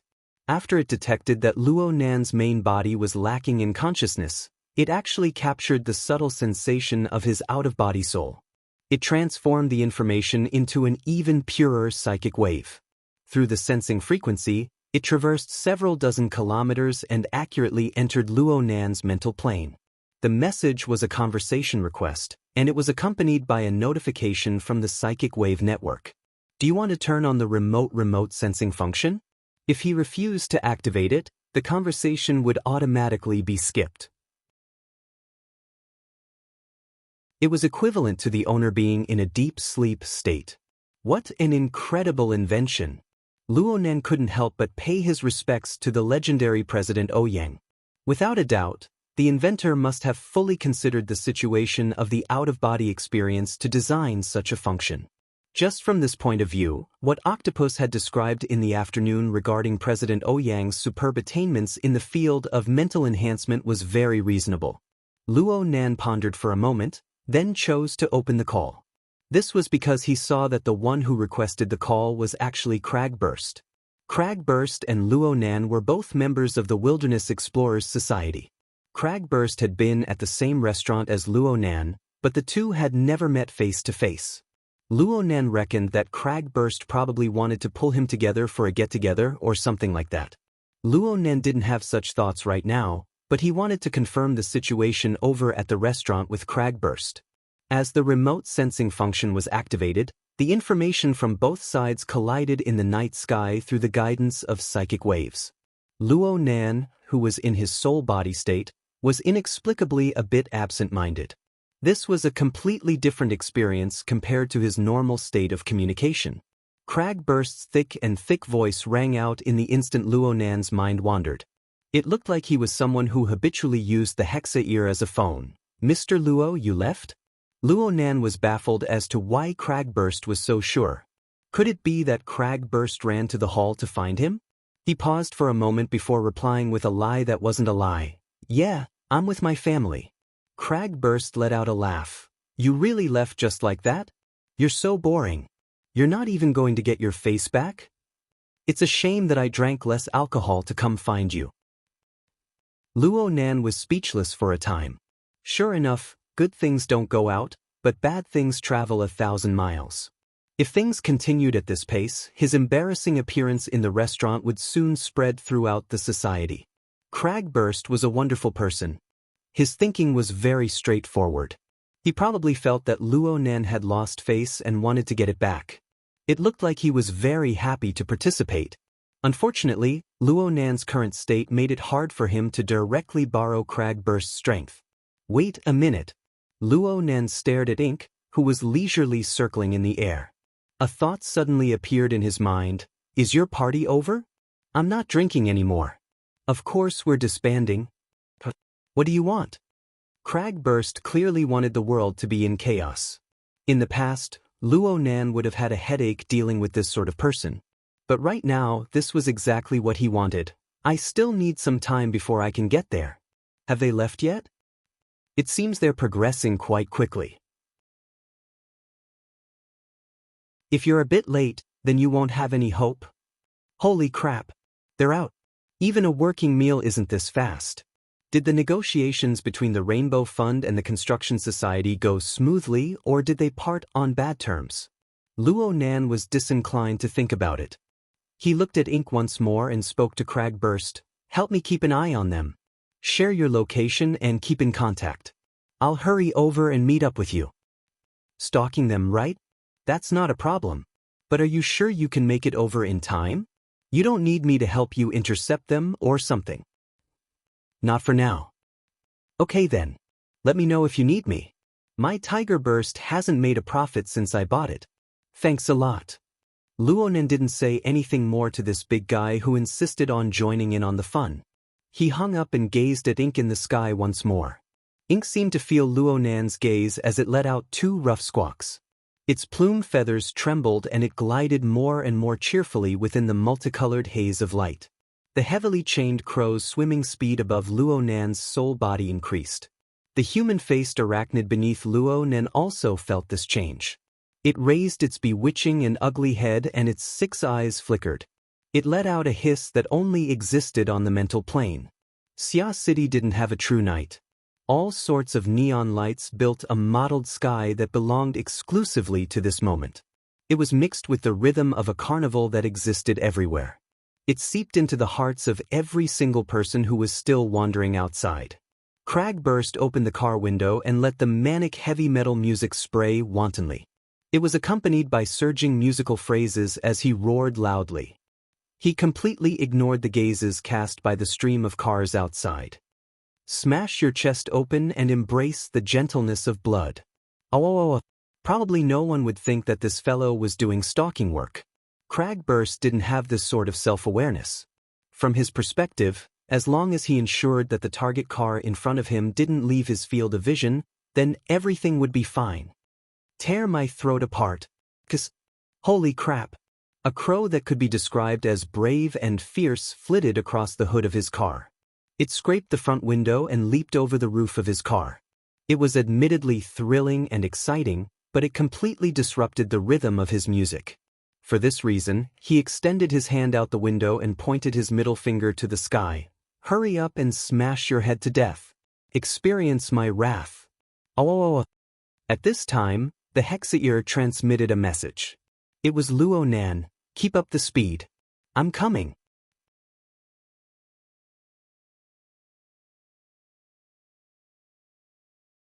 Chapter 101. Cragburst stared blankly as a sturdy crow charged in from outside the car window. The crow bumped into the thick leather of the seat, then fell down and landed on the back seat. The 2 feathers that had fallen were blown out of the window by the strong wind that was blowing in and out of the carriage. But in the end, this uninvited guest stayed. "Mr. Luo?" "Yes, it's me." The crow straightened its body and cawed twice. The sound was coarse and unpleasant to the ears, but it surprisingly matched the heavy metal roaring in the car. Of course, the real way to respond was through the hexaear. Cragburst never would have thought that the so-called "I'm coming" would be this kind of situation. For a moment, he forgot that the crow's sharp claws had already scratched the surface of the genuine leather seat. He widened his eyes and looked up and down several times. Spiritually enhanced people have so many tricks up their sleeves. What is this, a summoner? You share senses with this bird? Yes, that's about it. Since Cragburst had spoken like this, Luo Nan took advantage of the situation to admit it. This was to avoid looking for other reasons that would make his story full of flaws. Yo, looks like a lot of people have underestimated you. To be able to attach oneself to a flexible object and share one's senses is a brilliant move of the soul sense division. Without the corresponding talent, even an awakened would find it hard to do it beautifully. It's just too wretched. Cragburst curled his lips. He was a muscle-oriented person, so he wasn't too fond of cloning and incarnation techniques. However, the other party hadn't awakened yet, and he was a toothpick guy who was seriously biased towards other subjects. It was already quite good that he could use such a method. In particular, his attitude of seeking revenge for the smallest grievance and never letting a grudge rest overnight was even more praiseworthy. At this moment, Ink jumped twice on the leather seat and spread its wings to fly again. The Tiger Burst was a military-modified off-road vehicle. The interior of the vehicle was extremely spacious. Otherwise, it wouldn't have been able to fit a big fellow like Cragburst. However, it was still a little difficult for Ink, which had a body length of nearly 70 centimeters and a wingspan of nearly 1 meter, to flap its wings. After flapping twice, it couldn't exert any strength. Cragburst laughed out loud as he watched. He directly extended his hand, grabbed Ink, and placed it on the control panel. Here, the view is the best. Did you see that? There are 2 cars in front, the blue MPV. Ink's sharp toes gripped the edge of the dashboard, and it stood very steadily. Its black eyes stared at the target car in front of it with great concentration. What do you think? Do you want to do it? Cragburst had always wanted to play big. I don't need it for now. Luo Nan responded simply. Cragburst was a bit disappointed. It wasn't a good time to roar his songs right now. On the contrary, he was bored, so he casually chatted, I originally thought you were going to ask Vice Chairman He for help. You even wanted to pull Zhou Hu along when you left. You actually didn't contact him? Why Sister He? Luo Nan was a bit speechless. Could it be that he gave people the feeling that he was the type to go find his parents after getting beaten up? Well, He Weiyin wasn't his parent either. On the contrary, this woman, who came from the military, had a typical business-like personality. Using her own personal matters to ask for help would only make people look down on her. This is my personal matter, I shouldn't let others handle it. Brother Cragburst, many thanks for helping to keep watch for so long. Leave the rest to me. What? You're going to kick me just like that? Cragburst wasn't happy. It looks like you're not going to make a move tonight? Yeah. It involves a complicated case from over 10 years ago. I want to understand it in depth. It's mainly to investigate. Cragburst still didn't give up. Are you sure? You're a bird, and it took a lot of effort to fly over here. Can you keep up? The flying speed of a bald crow was considered normal among birds. Even though Ink had been nurtured by Luo Nan and its body had grown, its speed was only around 70 kilometers per hour. It really wasn't possible to keep up with Ink in a situation where the traffic was smooth and there wasn't any congestion. The problem was that Luo Nan never expected Ink to be able to do it. He had Ink come over and appear in front of Cragburst just to find a reason to cover up. True reconnaissance still needed to rely on something else. Luo Nan's soul body was floating in the air above the traffic layer while he was chatting with Cragburst. He avoided close contact with an awakened like crag burst and advanced in sync with the flow of traffic. The range of his senses exceeded 500 meters.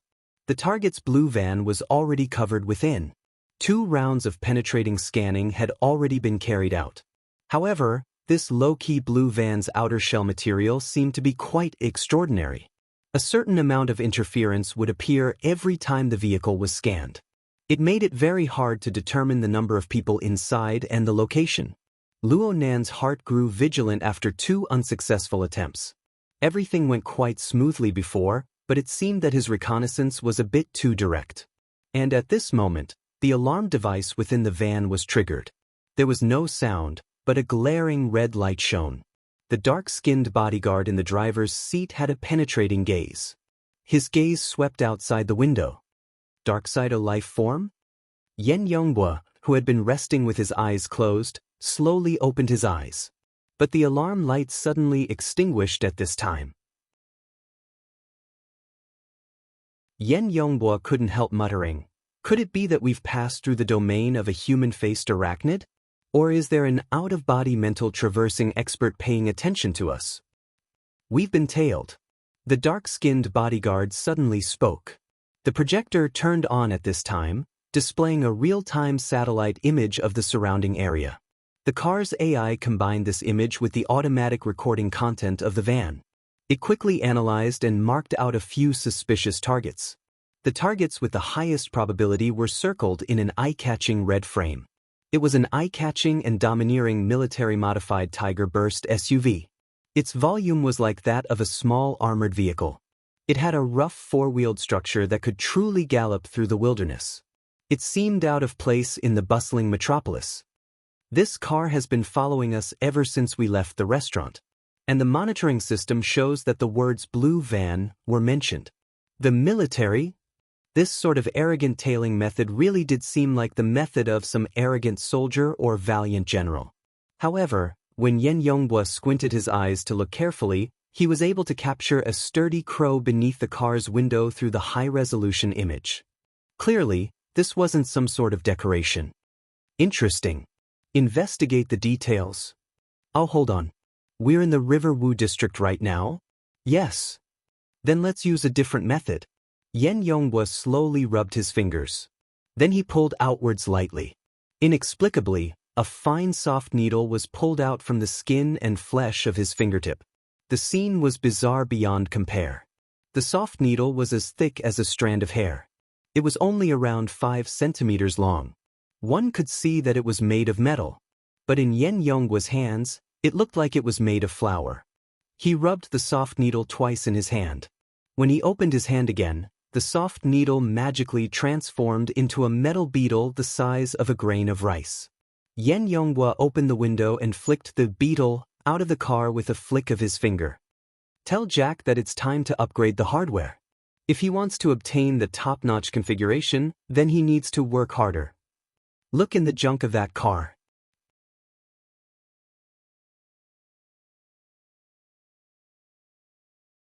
Chapter 102. Let's continue. I'll be your driver for free today. You can treat me later, or you can tell my fortune or something. Can psychics tell fortunes? Telling the location of an enemy. Asking for the location of a goddess. This is also changing fate. Why isn't it called fortune-telling? Cragburst grinned in laughter. He looked down the car window and saw Ink's earnest appearance.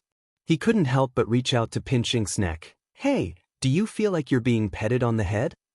Luonan wouldn't tell him that Ink was just a cover to coax him. He simply replied, "Stop messing around." Luonan's all-encompassing mental senses were inexplicably touched.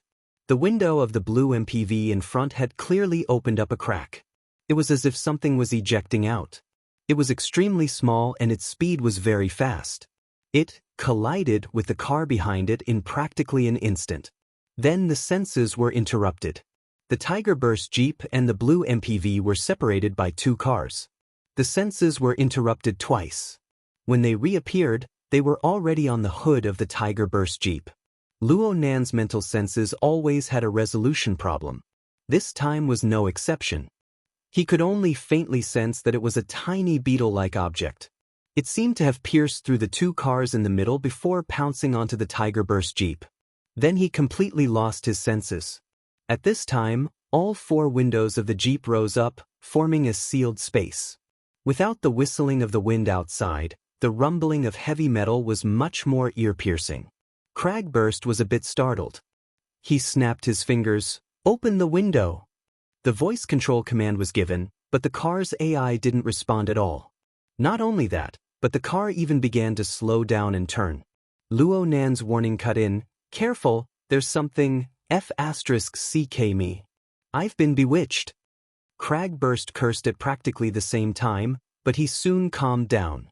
In the next few seconds, he tried using hand control, voice control, and other methods, but it was useless. The windows couldn't be opened, the speed couldn't be changed, and even the stereo couldn't be adjusted. The car's AI firmly controlled the Tigerburst Jeep. It turned into a downward trajectory, circling around the skyscraper, and spiraled down. "Is it a virus?" Cragburst judged. "No, it's more like a mechanical bug." Luo Nen spoke of his observations. "In any case, someone is controlling it from a distance." Cragburst came up with the most reasonable explanation. "We've been discovered." Aside from Cragburst and Luo Nan, no one could see that the AI in this arrogant and domineering military-modified Tigerburst had already gone out of control. The Jeep moved steadily along with the rolling traffic, but it was getting further and further away from its target. At this moment, Cragburst and Ink were imprisoned in this sealed space. They didn't know where they would be taken. Cragburst stopped all of his attempts to seize back control. He swept his eyes over the constantly changing environment outside the car. His eyes unexpectedly flickered with an exceptionally excited light, and the corners of his mouth perked up once more. He turned his head to Moshui. "You must have been discovered, but they are targeting this car. You can continue." As soon as he finished speaking, he heavily elbowed the car window beside him. The tough bulletproof glass instantly exploded into fine cracks like a spider web. If intelligence wasn't enough, violence would make up the difference. Cragburst's eyes didn't even blink when he treated his beloved car in such a manner. He extended his hand and tore down the glass window that was already on the verge of collapse. He casually tossed it into the back seat. His other hand suddenly grabbed Ink. He didn't care how the bird struggled, and he simply tossed it out the window. "Go. Don't let me down." Ink was forcefully tossed several dozen meters away, just in time to avoid the downward trajectory of light. It spread its wings just in time to avoid the tragedy of smashing into the glass curtain wall of the building. Luo Nen shouted through the hexa ear, "What the hell are you doing? I want to know what they're doing." Cragburst laughed boldly. His bored attitude from before was completely swept away. "You go keep an eye on them first. Keep in touch. I want to see where they can take me." He extended his hand out from the broken window and waved. Then a hoarse and berserk roar rang out, "Smash your chest open. Embrace the gentleness of blood." Oh, Ink spiraled within the neon glowing mist. Luo Nan's sole body hovered motionlessly in the center of Ink's spiraling and fluttering axis. 2 seconds ago, the blue jeep carrying Yen Yonghua had left the range of his senses. Actually, if he really wanted to give chase, he could easily catch up to them with the speed of his sole body flying through space. However, so what if he caught up? The anti-reconnaissance equipment on the jeep raised Luo Nan's vigilance greatly. If he continued to forcefully chase after them, not only would he alert the enemy, but he would also expose his identity and abilities. Luo Nan's thoughts spun rapidly, and he made a decision in the blink of an eye. Cragburst was clearly worth paying more attention to. Yen Yonghua had taken the initiative to help. Right now, the jeep had gone out of control and Luo Nan was in danger. Luo Nan would feel uneasy if he didn't help. Also, Luo Nan was quite concerned about that mechanical bug. Luo Nan's sole body suddenly descended, carrying Ink as it chased behind the Tigerburst jeep. The Tigerburst jeep maintained a stable speed, and its direction was the same from start to finish. The jeep continued to descend after changing tracks twice to switch traffic layers. The tyrannical body of the Jeep continuously ran parallel to several low-altitude public transport vehicles. They intersected and plunged head first into the suddenly dimmed layer. The Jeep passed through the dividing line between light and darkness. The clamor of the metropolis was suddenly separated by a layer in everyone's senses. Even the heavy metal vibrating within the Jeep seemed to be rendered with a layer of irritation. The Jeep's headlights cut through the outer walls of the surrounding buildings. The damaged outer walls, the messy graffiti, and some suspicious black and red colors converged together. The recycling layer. Due to the phototaxis of living things, people would always yearn for areas with fresh air and sunlight. This was especially true in the bustling area of the city center. The skyscrapers were dense, and the low-altitude transportation network extended in all directions. The residents of the city would go up and down. Sometimes, they wouldn't truly set foot on the ground for several years. A low-altitude public transport 30 meters above the ground was already the limit for most people to descend. This was how the high-altitude race got their name. The problem was that Xia City was an enormous city with a population of 200 million. It never had the qualifications to waste space. It was inevitable that there would be some people within the population of 200 million who had to survive in the dark and damp space of the lower levels. Without a doubt, this was the slum of the modern city. It was the recycling layer that specialized in disposing of the city's trash. To a certain degree, it was also a place where gangs gathered outside the law. The Tiger Burst Jeep roared as it charged down from the upper levels. It practically instantly attracted the gazes of a large number of professionals in this gloomy space. A sharp whistling sound rang out. Between the buildings, within the ever-narrowing alleys, high-powered modified motorcycles started up one after another. They sped along at high speed. People of all shapes and sizes on the motorcycles brandished malevolent spiked clubs, chains, and of course, firearms. They howled and cursed at the Jeep that was still advancing along the light rail in midair. At the same time, they were also looking forward to it.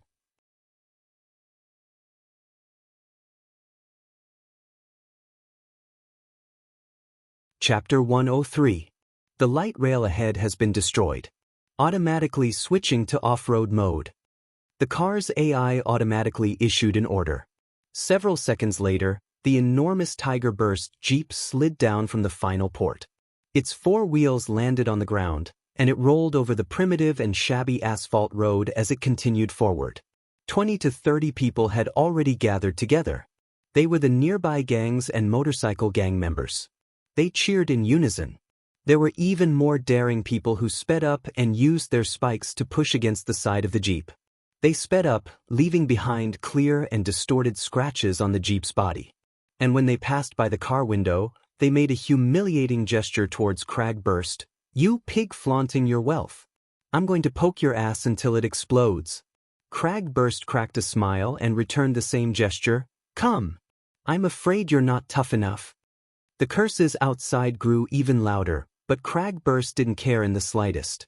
He looked all around him, comparing the surroundings to his memories from his early years. If he remembered correctly, the road the Jeep was driving on had nearly 30 years of history. It was originally designed to be some sort of main road in the city. Moreover, it was connected to some transportation route in the wilderness. It was a two-way road with 12 lanes. No matter how you looked at it, it was a fairly high standard. But in the decades that followed, enormous changes occurred in the city's planning. Countless skyscrapers rose from the ground, and their shadows covered the road from all sides. The buildings protruded horizontally, cutting the enormous road into fragments. They completely covered the sky above the road. Following the complete abandonment of the management of the recycling stratum, this road could only be submerged in the layers of shadows of the skyscrapers. The illegal buildings of the surrounding residents wantonly covered both sides of the road. At this moment, there were countless eyes within those grotesquely shaped buildings. They stared intently at the Jeep that whistled past. It was hard to understand what they meant. So many years have passed and this damned place is still a mess. What are the gangs in charge of this area doing? Crag Burst placed his arm across the empty car window frame and shouted towards the outside, "Hey, whose territory is this?" Don't you guys usually clean up? The gang members outside the jeep paused for a moment. Then their threats and curses grew louder by more than 10 times. There were already people who couldn't bear it any longer. They drove their motorcycles closer, and the sound of air being cut rang out. A thick and long steel chain lashed through the car window. It was a force that could split a person's skull open. Cragburst just lifted his arm and let the chain smash against it. He even coiled it twice before swinging it slightly. The person who attacked was like a kite that had lost control. He flew from his beloved high-displacement motorcycle and was smashed horizontally. This was too ruthless. The motorcycles at the back couldn't dodge in time. In an instant, half of the motorcycles were flipped over. It was a mess. Modified humans. No one knew who shouted this, but the motorcycles that accompanied them all the way dispersed. Some people had already braked and stopped on the spot, no longer following them. But at this moment, a motorcycle that was originally behind them sped up and soon ran alongside the off-road vehicle. The rider grinned maliciously at the car, raised the thick barrel with one hand, and pulled the trigger. The classic shotgun instantly ejected 12 8mm tungsten alloy pellets, covering the entire front of the carriage. Without even looking at the result, the knight swung his arm and loaded the gun. He was about to do it again. But when he raised the muzzle of the gun once more, what met the muzzle was Cragburst's malevolent smile. Cragburst's face was completely unharmed. There was a muffled bang as the rider flew up from the motorcycle. He crossed 8 lanes of traffic and flew into the illegal buildings at the far end. Cragburst leapt out from the car window and took his place. He sat steadily on the motorcycle and snatched the classic shotgun. He roared and used the shotgun like an iron rod. He rushed forward and rushed back, knocking down a group of reckless gangsters in the blink of an eye. He had been cooped up in the car for over 10 minutes, acting as a moving prisoner. That feeling wasn't good at all. The motorcycle beneath him was a bit small compared to his body size, but the feeling of being able to move according to his will and move at will was really great. Cragburst laughed heartily and accompanied the Tiger Burst off-road vehicle. He roared to his heart's content along with the surging melody. As the vehicle advanced forward, the gangsters who had fallen to the ground quickly disappeared without a trace. Only Cragburst and the off-road vehicle remained on the road for a time. Cragburst was singing to his heart's content when he suddenly stooped down and accelerated without any warning. He pulled away at least a body's length of distance in an instant. He caught a glimpse of a line of fire cutting through from the corner of his eye.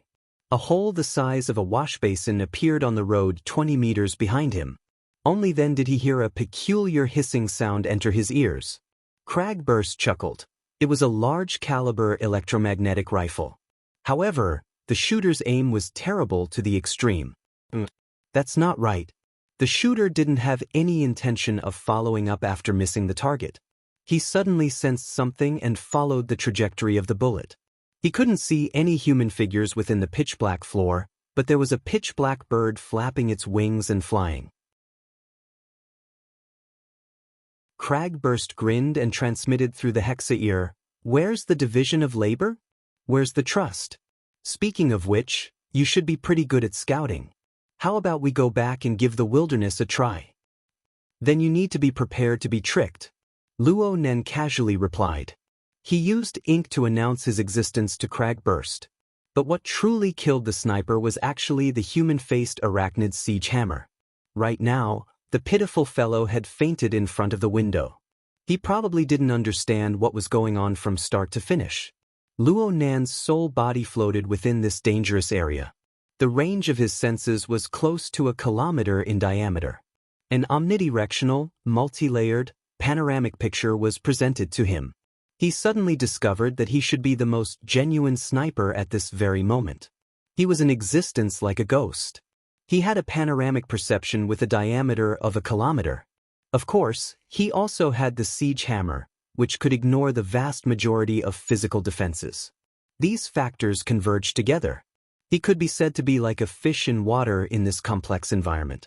He could eliminate those malicious personnel in the quickest and most convenient manner. Luo Nen truly had some awareness of being an ability user when he used these methods. Yes, This was the ability user of his imagination. This was an extraordinary power that stood above the normal world. Naturally, this was the best proof of the correctness of formatting theory. It was also at this time that Luo Nan truly understood what kind of restriction his weak fleshly body was when it came to his true abilities. Hey Scout, go ahead and update your intelligence. This instance's level is too low. Did your enemy specifically use this place to annoy me? Luo Nan responded, I feel like you should stop the car and properly inspect it. Maybe you can find some clues. Good idea. But this doesn't contradict with scouting ahead. I need a tool. It's best if it's a moving obstacle that can stop my disobedient baby. Let me look.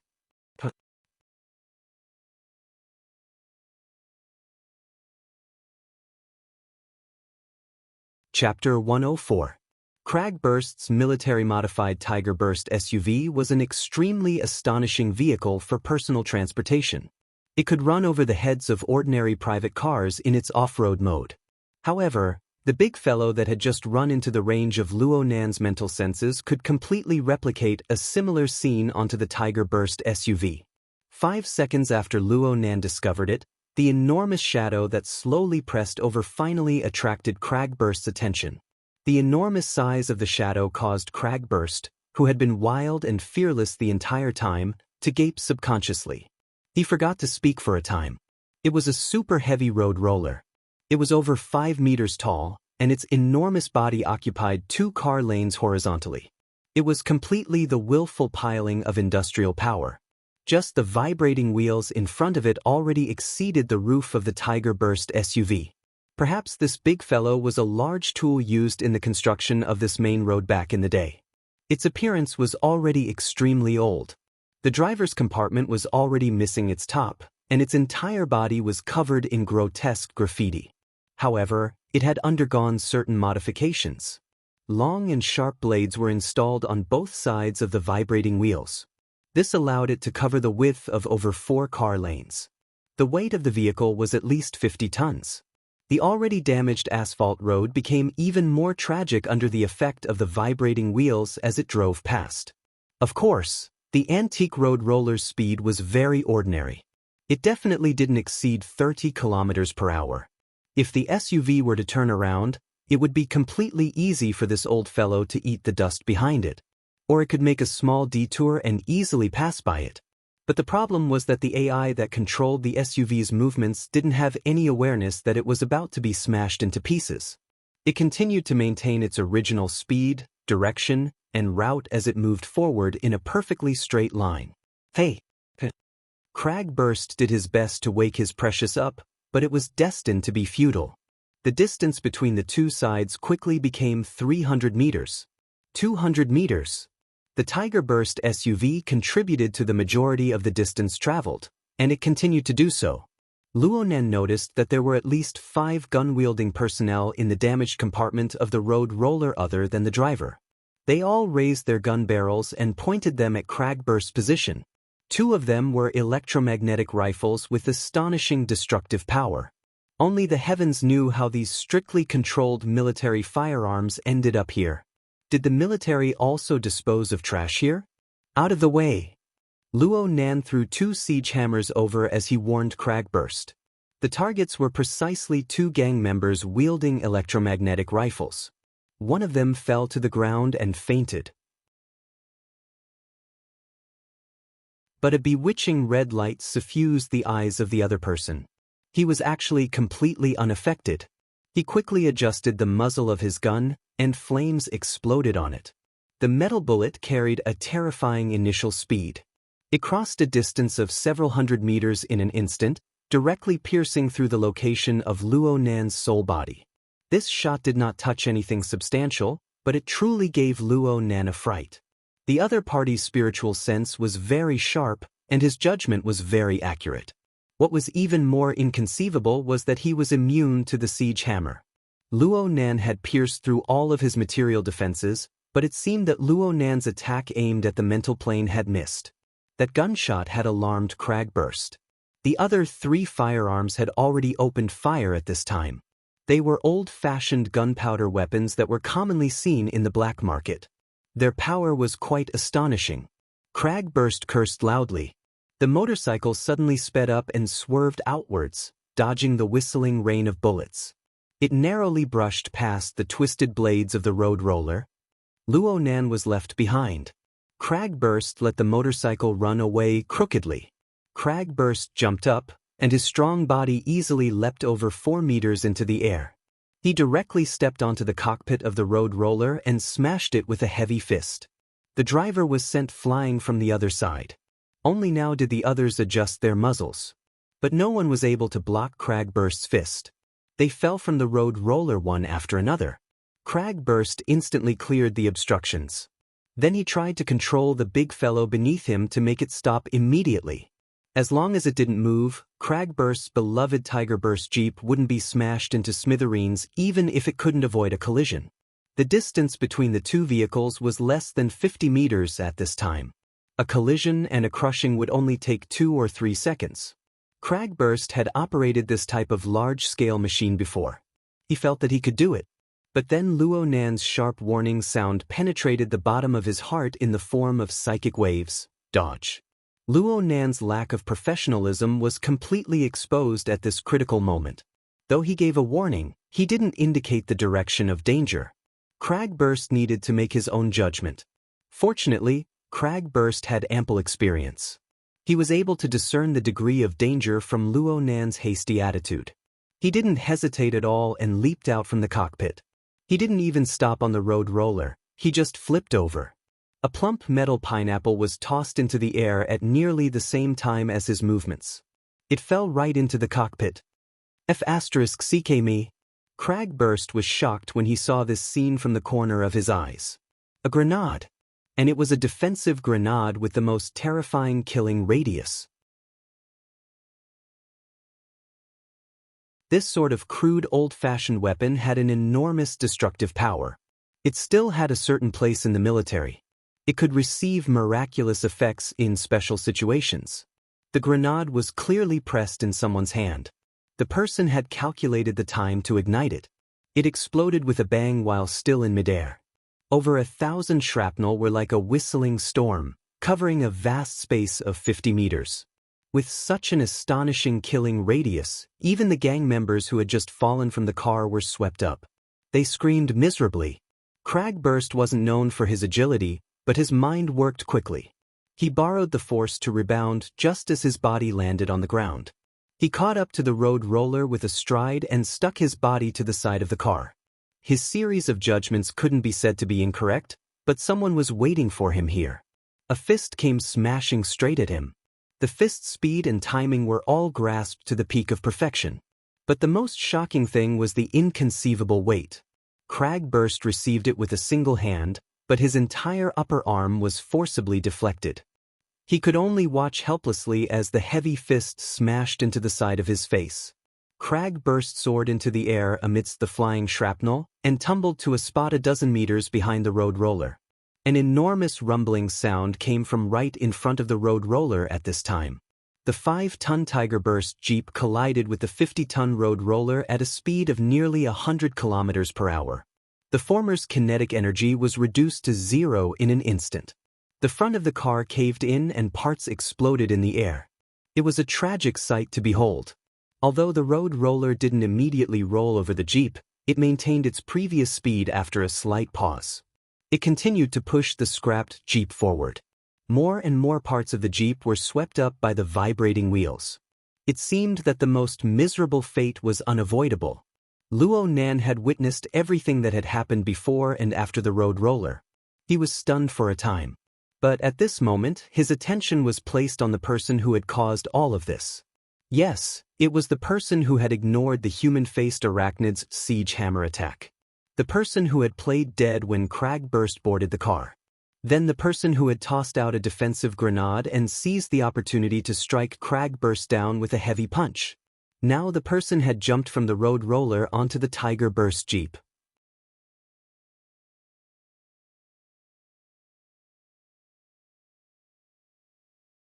Chapter 105. Luo Nan was already able to clearly see the person's appearance. He was a white man, a rare sight in Xia City. He looked to be in his 40s, maybe a bit older. The scars on his face showed that he had been through a lot. Of course, Luo Nan had a deeper impression of this person's left eye. It was a mechanical eye. If one looked closely, they would find that there were no decorations on it. The cold metal structure, as well as the red light in the center that made one's heart tremble, made it difficult for one to treat it with a normal heart. This guy isn't a normal human. Luo Nan's mental senses had been covering the target this entire time. He discovered that this person's appearance was just as it indicated. The metal composition and related structures on this person's body were far greater than that of a normal person. They're modified humans, right? Cough cough, damn it. Cragburst's voice came through the hexa-ear. Cragburst had been struck down from the car by a fist and had been covered by the destructive shrapnel of the grenade. If Cragburst had been a normal person, he would have died a long time ago. However, Cragburst had reported his safety to Luo Nan at the first instant. Cragburst also understood the relevant information of the enemy, displaying his robust physique and experienced. Modified humans? Luo Nan had some understanding of the relevant concepts. He saw that there was still some time before Cragburst would catch up, so he used his senses to scan in greater detail while exchanging information with Cragburst. You're saying that he's like the military's mechanical warriors? What mech warrior? He's just a modified human. There's no other way to describe it, and this modification has been abolished for almost 20 years, at least on the surface. Is he over 40 years old? Yeah, pretty much. That should be it. He's pretty good at using military equipment, and he's pretty good at scamming people. But a guy like him must have special privileges. He has to report to the SCA every year. Why is he here? Cragburst felt that this was incomprehensible, and so did Luo Nan. The gang members of the recycling stratum might seem lawless, with all kinds of weapons, guns, and grenades, making it a mini-arsenal, but that was because the government had basically given up on the governance of the recycling stratum. As a matter of fact, most of them had extremely low clearance due to their criminal records. Under the strict control of the credit clearance network in today's society, they could only be tyrants on the recycling stratum. Once they stepped out of the recycling stratum and into the public, they would be closely monitored. If they did anything sensitive, law enforcement officers would appear above their heads and send them to jail. It was hard to imagine that a special forces soldier who had undergone military modification would come here to make a living. His special authority was as eye-catching as a lighthouse on the SCA's surveillance network. The government would never allow such a dangerous person to work with the gangs in the recycling stratum. As for special situations like committing a monstrous crime, it would be more meaningful for them to escape into the wilderness instead of here. No matter what, this guy has angered me. I will have a good talk with him. Cragburst gnashed his teeth on the other side. But soon after, he slapped his thigh. Found it. It's here. Keep an eye on him, I'll be right there. He found the high-powered motorcycle that had fallen in the middle of the road, turned around, and chased after it. In about half a minute, he would be able to fight for his reputation again. Luo Nan focused his attention on the altered human. Actually, Luo Nan was more interested in this person's current behavior than in identifying his identity. After striking down Cragburst, the altered human arrived atop the heavily deformed jeep. It tore apart the roof and entered the driver's compartment, which could no longer be seen. Next, the altered human smashed the control panel with a punch. He extended his hand inside and fished for something. Luo Nan couldn't help but associate this scene with the loss of control of the car's AI and the metal bug ejected from Yen Yonghua's car. Without a doubt, Yen Yonghua had done something to the jeep. His methods were certainly closely related to the metal bug that had sunk into the jeep. From then on, the development of the situation deviated from the normal track. And right now, this altered human seemed to be acting as a liaison, a recycler, retrieving the metal bug. This kind of behavior was quite compatible with the recycling stratum. And from this point of view, perhaps the metal bug was a very crucial thing. Perhaps it involved some deep secrets of Yen Yonghua's? Luo Nan's mental senses became even more meticulous when he thought of this. Though his soul body couldn't do much right now, he wanted to lock onto the target of the other first before considering his next step. The altered human was certainly aware of his detection, just like how he had sensed the siege hammer. However, his thirst for his target clearly surpassed everything else. He just raised his head and shot a cold glance, but he didn't actually lock onto Luo Nan's position. He just continued to lower his head and search. Suddenly, the altered human's arm that had extended into the control panel paused for a moment. His cold and stiff face had a change, forming into a slightly sinister smile. Then he pulled his hand out. His fingertips were pinched with a metal bug the size of a grain of rice. It was motionless right now, more like a work of art than a tool. The altered human raised the metal bug before his eyes. It was like he was looking at a treasure, carefully sizing it up. The smile on his face deepened with every glance. The intensity of the red light in his mechanical eyes continued to grow. Luo Nan took advantage of the metal bug's appearance to use his mental senses to cut across its surface in an attempt to understand its internal structure. But he discovered that it wasn't easy to balance distance and precision at the same time. He was separated by a distance of over 100 meters, and the precision of his senses was at most on the millimeter level. It was already very difficult for him to analyze the interior of the Jeep. Right when Luo Nan was considering whether or not he should get a bit closer, a high-powered motorcycle rumbled from behind the road roller. Soon, it circled around the reamer and ran alongside the deformed Jeep. Cragburst gave a provocative gesture to the driver's seat atop the motorcycle. "Hey, come at me again if you have the guts. I'll let you use only one hand." The altered human's smile faintly faded. His ice-cold mechanical eyes cut to Cragburst's side, but he didn't immediately respond. Cragburst's provocation continued, but it was mixed with something else. Cragburst, used to be from District 55 of the Coastal Garrison. Give me your name. I'll burn incense for you later." The altered human's lips and teeth opened and closed slightly within the Jeep's driver's seat. He spoke for the first time, but the feeling was that he was mocking Cragburst. "A soldier? You're not?"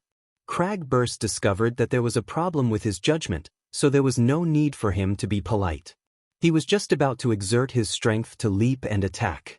But in the next moment, his opponent made an odd move. The altered human opened his mouth and stuck out his tongue. He placed the metal bug between his fingers on it, rolled it up, and sent this toy into his mouth. There was even a clear swallowing motion. He actually swallowed the metal bug.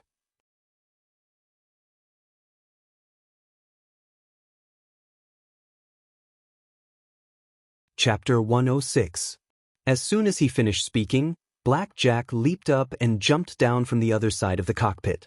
His timing was perfect. At that moment, the road roller pushed the Jeep to the place where the gang member's car had been flipped over. At that moment, the group of people had yet to leave. They stayed in the middle of the road and looked at the road roller that was moving slowly towards them. At first, they were dumbfounded. Then, they shouted and wanted to drive their motorcycles around it. But at that moment, Jack jumped down from the Jeep and grabbed a motorcycle. He then sped up, circled around the other side of the blade, and sped back in the direction he came from. "You were a boss just a second ago, and now you're dodging?" Cragburst cursed loudly. He lifted the front wheel of the motorcycle and forcefully made a U-turn. The motorcycle scraped dangerously past the twisting blades, and then the engine roared as it accelerated in pursuit. The speed of the two motorcycles was more than 100 kilometers per hour. In the darkness of the night, they disappeared in the blink of an eye. It wasn't a problem for Luo Nan's soul body to chase after them, but Ink had some difficulties. The two motorcycles had already driven out of his range of senses during his moment of hesitation, and they chased after them. On this side, the road roller pushed the off-road vehicle, rumbling as it rolled over. Everywhere he passed, there was a mess. The gang members cut a sorry figure as they hid to the side of the road. They cursed Cragburst, but even more cursed Jack. Luo Nan's mind stirred slightly. He listened attentively and discovered that some of the content was very interesting. But it was fragmented and fragmented. He was unable to grasp the gist of it. Because of his attention, ink also came over, and it was very eye-catching. One of the gang members was annoyed and happened to have a gun in his hand. He raised his hand and was about to shoot, but in the blink of an eye, he fell to the ground like a wooden stake, unconscious. The gang members, who had been happily scolding him, were all stunned. They looked at their comrade who had suddenly fainted, then looked up in a daze. At this moment, Ink spiraled down and stopped on the eaves of an illegal building by the side of the road. It looked down at the group of weak chickens known as the gang. In the darkness, the black crows stared at you with their dark eyes. On the ground were their companions who had inexplicably fallen because they had offended them. Such a scene made the dozen or so members of the gang at the scene all weak in the knees. Crow continued to remain silent, and the more it was like this, the more anxious and uneasy it was. Luonen actually felt a bit awkward being by Ink's side. He didn't want to stare at each other like this. Gathering information was the most important thing right now. The problem was that Ink was a crow. How could it communicate with humans? It would be better if it was a parrot. He could see the benefits of the hexaear and the psychic wave network right now. Otherwise, he and Cragburst wouldn't have been able to connect. Oh, psychic wave network? Luonan's train of thought jumped once more. If it was just a network connection, then the heavily chained crow within the format pyramid would also count? At this moment, there was an additional image of a crow in the format pyramid. It was Ink, and it was on the second level, which was the staff level.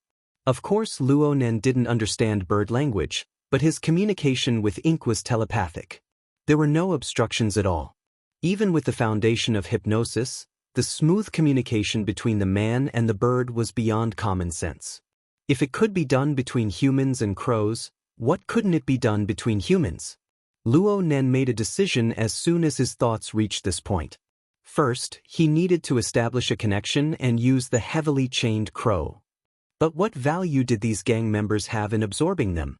Luonen was still a bit of a neat freak. He hesitated for a moment before his thoughts spun.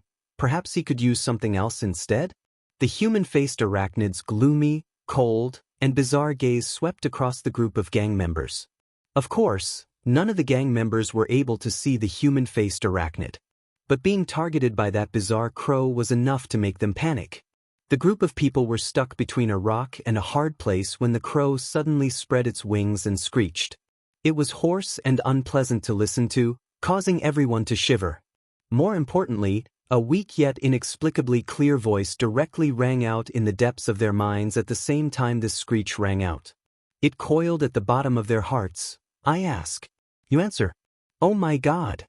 Miserable and panic-stricken cries rang out. Some people turned around and ran. At the same time, there were also people who didn't make a sound. Their eyes rolled back as they fell to the ground. This time Luonen really didn't do anything. This brother was the one who fainted from fright. Of course, the gang members who tried to escape soon received a siege hammer that was neither light nor heavy. They didn't faint, but they were in great pain. They fell to the ground, clutching their heads as they screeched. From start to finish, they saw this savage and bizarre scene. The gang members literally froze to death on the spot. Monsters, mutants, black technology. All sorts of absurd thoughts came and went, but they really didn't dare to move their feet. The road roller rumbled away into the distance, gradually disappearing. The road surface was silent for a time. I ask. You answer. Luonen repeated his previous words. At the same time, he was also paying attention to the changes in the format pyramid. The human-faced arachnid was located on the technician level. It was currently the center of all the changes. Following Luonan's decision, this Darksider species spat out a spider's silk-like thread, projecting it into the turbid flow of emotions. The human-faced arachnid was like a skilled fisherman. It used the spider silk to hook up fish one after another. It tossed them to the lowest level of the format pyramid to stand side by side with the images of Xie Junping and Cat Eyes. However, they were much fainter. They were like fragile bubbles that could burst at any time.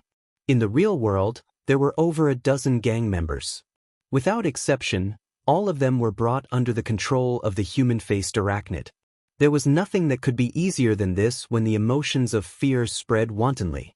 As the mastermind behind the scenes, This was the first time Luo Nan saw how the human-faced arachnid controlled its target. He was stupefied for a time. So it was actually this simple? In any case, with the establishment of the local area network and the formation of the mental connection, the following matters would be much easier. A spiritual wave was transmitted from the hexaear approximately 2 minutes later. Cragburst had taken the initiative to contact him. Fuck. Scout, where have you been? Luo Nan was able to guess the result just by listening to the emotions in her voice. You lost them? That black rat. He can't do anything else, but his ability to dig holes in alleys is top-notch, and he even shot from the back. Hey, where's the scouting ahead? Your speed is over 100. I can't keep up. Of course, Crow wasn't able to keep up. Luo Nan obviously wouldn't explain this to Cragburst. F***CK, F***CK, F***CK, F***CK. Cragburst let out a string of expletives. You need to pick a useful one for your spirit attachment. You need to be fast. Something like a peregrine falcon or a spear falcon. Aren't they all good? What's with a crow? Luo Nan didn't get angry despite Cragburst's complaints. The more Cragburst complained like this, the more it showed that this big guy who came from the military didn't treat Luo Nan as an outsider. Moreover, Cragburst began to trust and rely on Luo Nan's abilities. This was a very good start. Sure enough, Cragburst came to his senses and felt embarrassed. He coughed twice. Since I know you have this ability, I'll help you buy a good bird from the society later. As long as the price is right, it's not impossible to get a mutant. Sure. You can help me pick one later.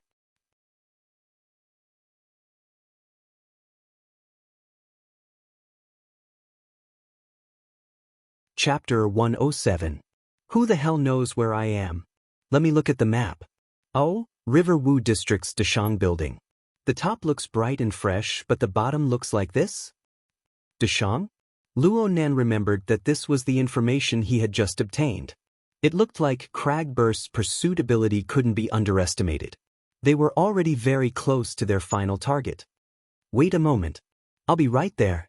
Ink soared into the sky, shuttling back and forth between the intersecting buildings.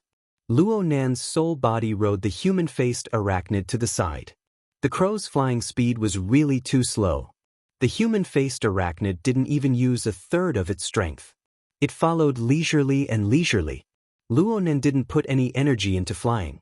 Instead, he used the panoramic view of his mental senses to observe this dark place that he had heard of for a long time but had never set foot in.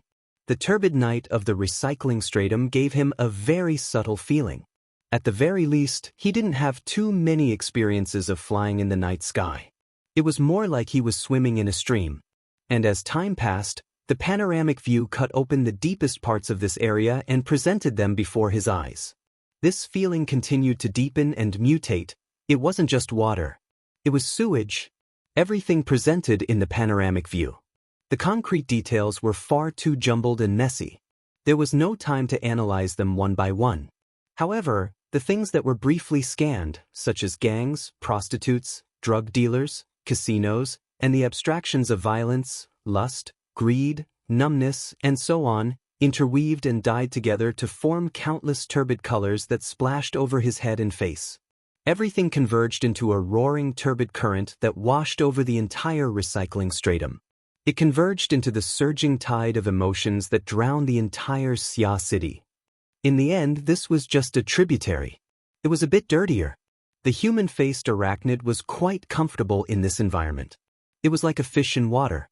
But soon Luo Nan discovered that the human-faced arachnid wandered in the turbid current of emotions.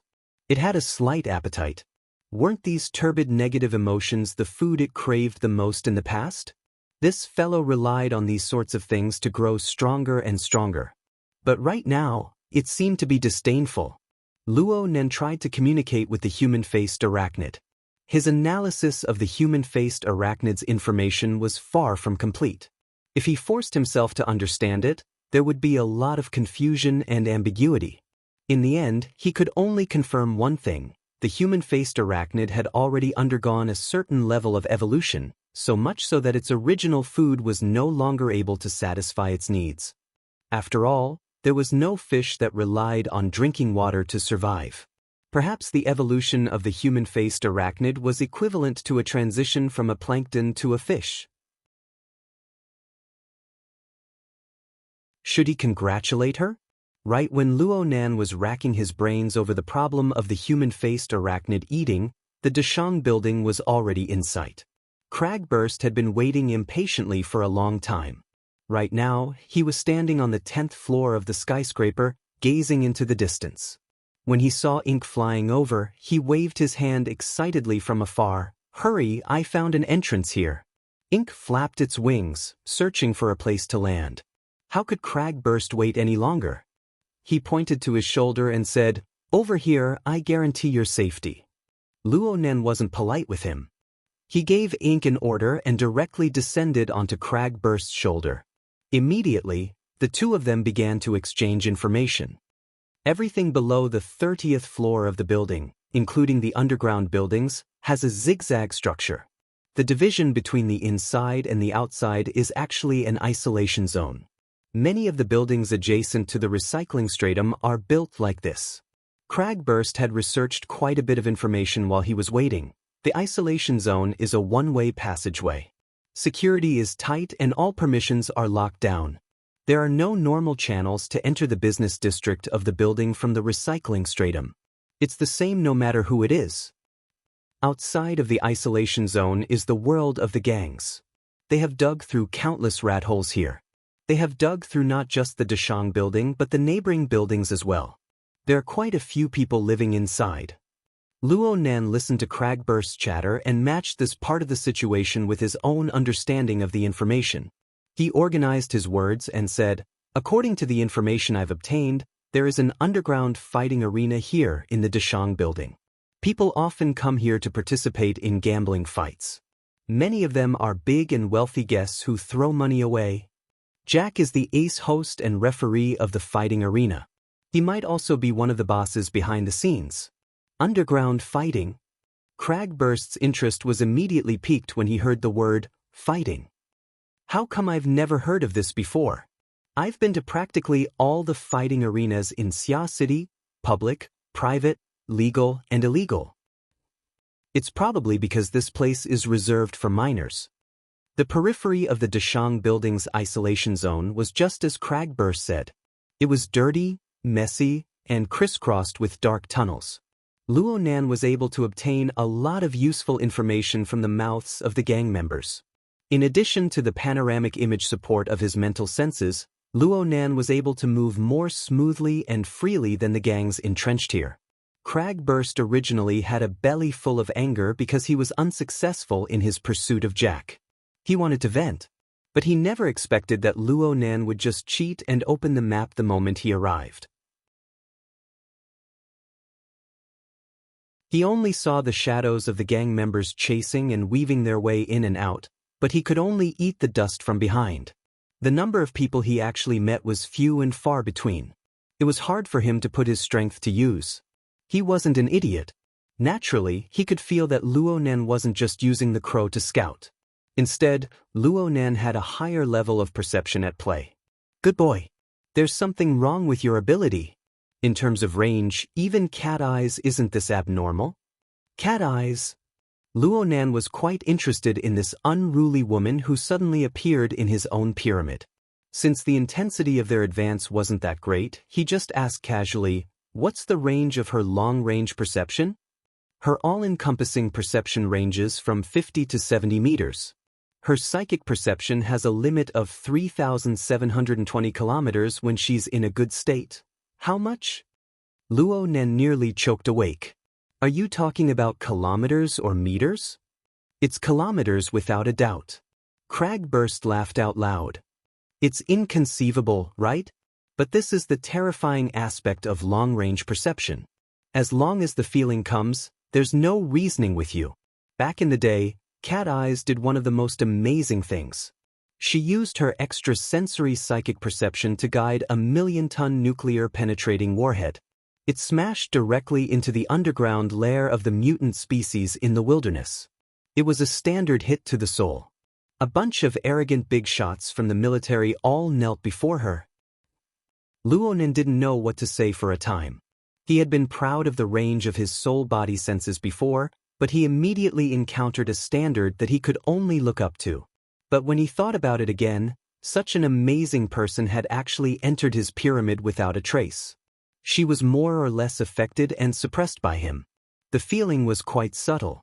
Cragburst concluded, in a certain sense, Cat Eyes' ability should be the closest type to that of a psychic, but it isn't that mysterious.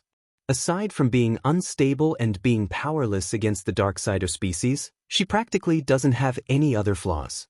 So, by all means, don't offend her. Otherwise, she can find you in any corner of the city. She can take advantage of the time when you're in a dream. Cragburst made a motion of twisting Ink's neck and laughed loudly. He reached back to pinch Ink's head. You really need to be careful. I felt that you and her seemed to be innately incompatible that day. There's no way out?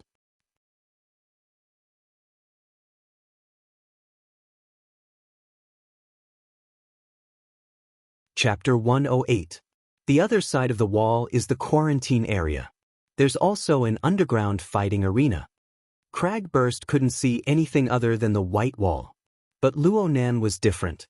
His soul body had already passed through the wall. He had gone in and out of the building countless times.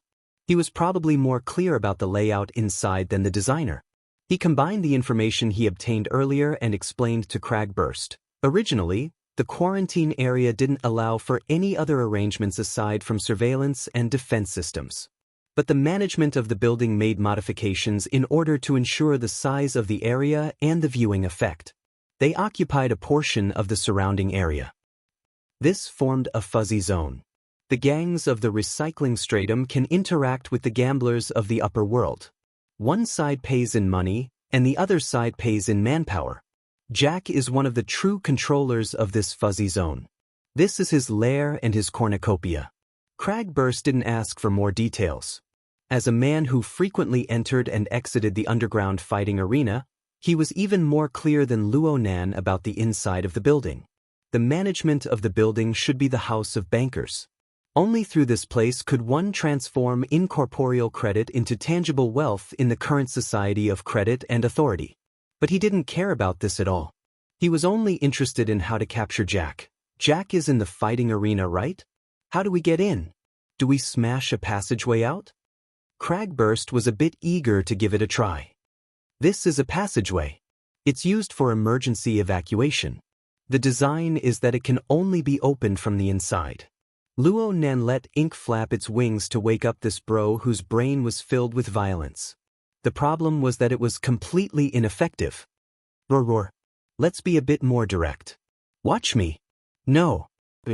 Wait a few more seconds. Luonan's voice had yet to fall when the white wall in front of him slid to one side. The inner layer of steel plates slid in the opposite direction.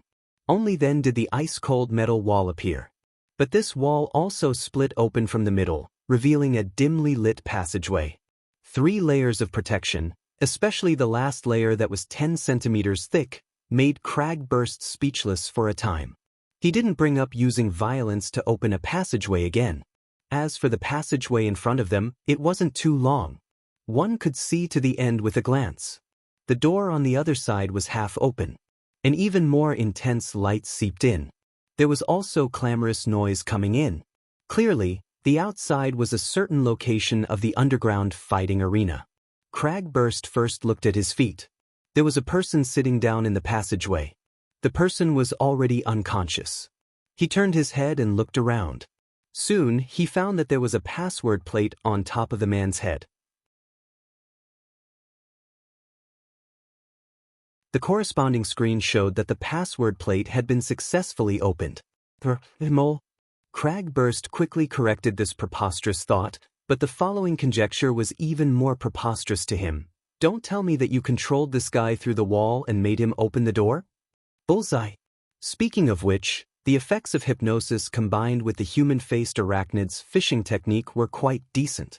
Luonan just chuckled through the hexa ear, maintaining a bit of a sense of mystery. He indicated to Cragburst to close this emergency passageway. This place was certainly connected to the control room.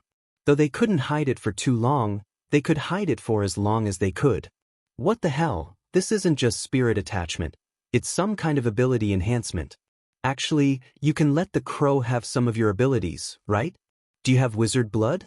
Or do you come from some secret order? Cragburst's thoughts were getting more and more outrageous. Luonan was really worried that the words, "his soul is in an out-of-body state," would come out of Cragburst's mouth. Luonan could only interrupt Cragburst once more. "Let's speed things up. It's very likely that Jack is only using this place as a transit point.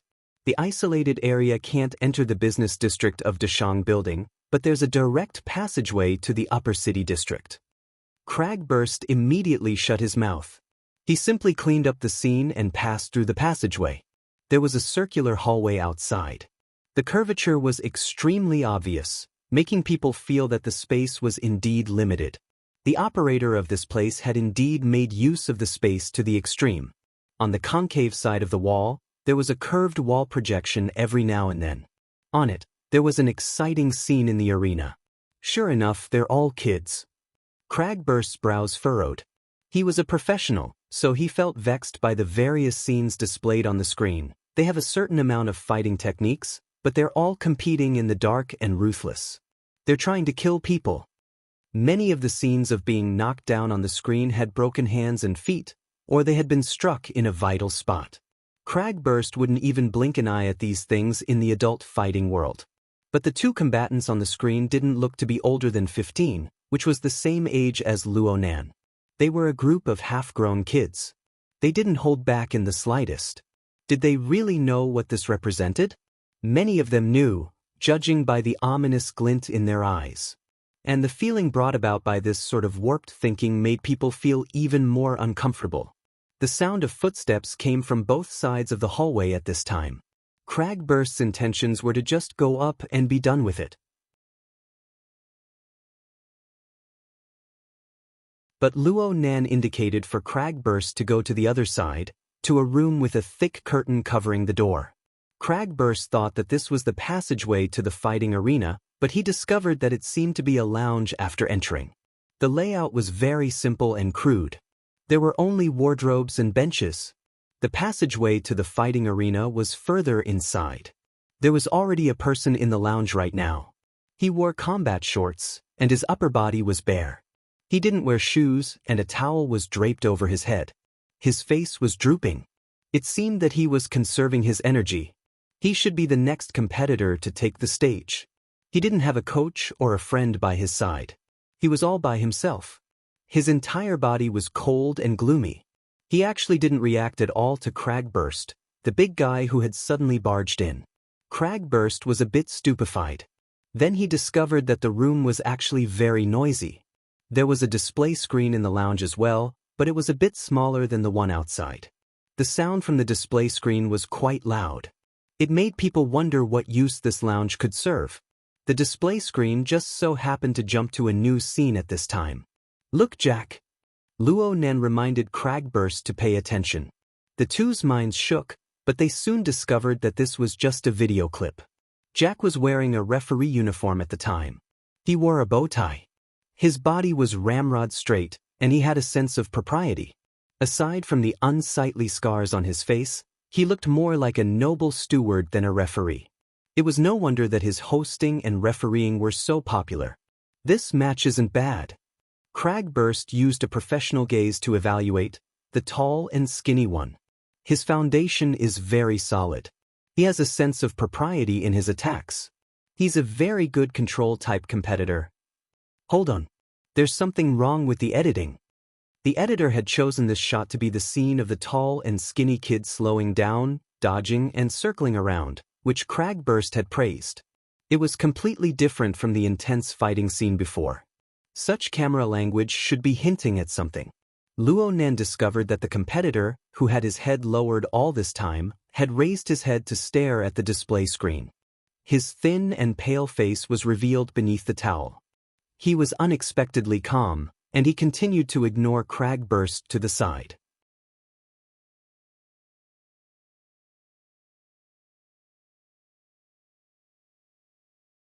Chapter 109.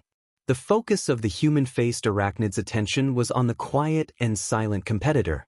This person's age was about the same as Luo Nan's. His reserved and gloomy nature was about the same. However, the reason for the human-faced arachnid's attention was certainly not because of this. The feedback Luo Nan received was mostly anticipation and hunger.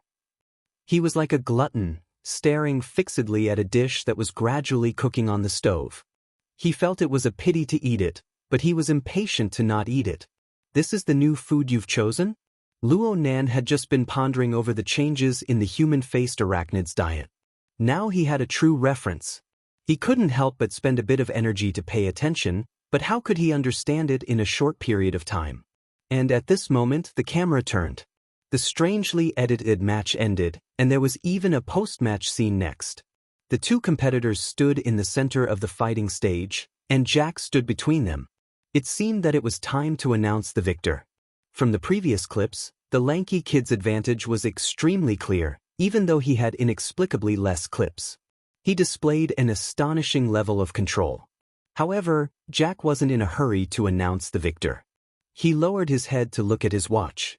At this moment, the background music of the edited scene strangely stopped. This caused the sharp whistles and whistles from all four sides of the stands to grow louder, more clamorous, and more deafening. Finally, Jack made a move. He spread his arms, but he didn't act like a normal referee, grabbing the competitor's hand. Instead, he wrapped his arms around the shoulders of the two teenagers. It looked extremely intimate. But at this moment, the children's bodies went rigid. Jack wasn't in a hurry to announce the victor. Instead, he spoke like he was reciting a poem. His voice passed through a miniature microphone and spread throughout the entire arena. "As the referee, I must judge fairly. This is a conservative fight." The screams from the stands suddenly rose to a whole new level. A fight that has gone beyond time. The screams and cheers grew louder and louder. Some people even stood up and waved their arms towards the fighting stage. This spurred on even more people. Soon, no one was sitting in the entire fighting arena. Jack's expression didn't change as he spat out his final judgment. A fake fight. The people in the stands went completely crazy. The chaotic clamor had already converged into a simple yet heart-sinking sound: kill, kill, kill. On the fighting stage, the faces of the two teenagers were deathly pale. They wanted to struggle, but they were firmly clamped down by Jack's iron arms. Jack said with a smile, "There are no losers and there are no winners." Before he finished his sentence, Jack exerted force in both of his arms. The crisp sound of bones breaking was transmitted to the entire audience through the microphone on his body. The shoulder bones of the two youths instantly fell apart. A powerful force closed them up, crushing their sternum and spines. Then, the two youths who were no longer human were forcibly hugged in front of Jack's chest, causing them to hug each other. A pair of faces that were bleeding from all 7 orifices collided with each other, and then softened into 2 piles of dead flesh. Jack relaxed his arms, and the 2 corpses slid down. Without even looking, he crossed his arms and waved. Team ending, friendly match. **CK. Without waiting for the next scene to change, the display suddenly caved in and cracked. Cragburst's fist had directly smashed it apart. Such an intense reaction thoroughly exposed Cragburst's position. But how could he care? He spat again, a bunch of dregs. The quiet contestant turned his face. There was a hint of surprise in his eyes, but this emotion was extinguished before it could reach his face. In the end, he simply spat out 2 words. "You guys?" Cragburst stared at him with wide eyes. "Kid, you want to participate in this bullshit fight?" "I'm the next one." Cragburst waved his hand roughly. "Fuck the next one. Since I'm here, there will never be a next one. That way leads to the fighting arena, right?" Cragburst was about to step out as he spoke. Not only was his sense of justice bursting, but the things that happened in this fighting arena made him, a fighting enthusiast, feel disgusted. Luo Nan helplessly called for Cragburst to stop when he saw that Cragburst was about to smash the fighting arena to pieces. This was already completely out of line with their original intentions, okay? I'm willing to bet that as soon as you enter the arena, Jack will immediately disappear without a trace.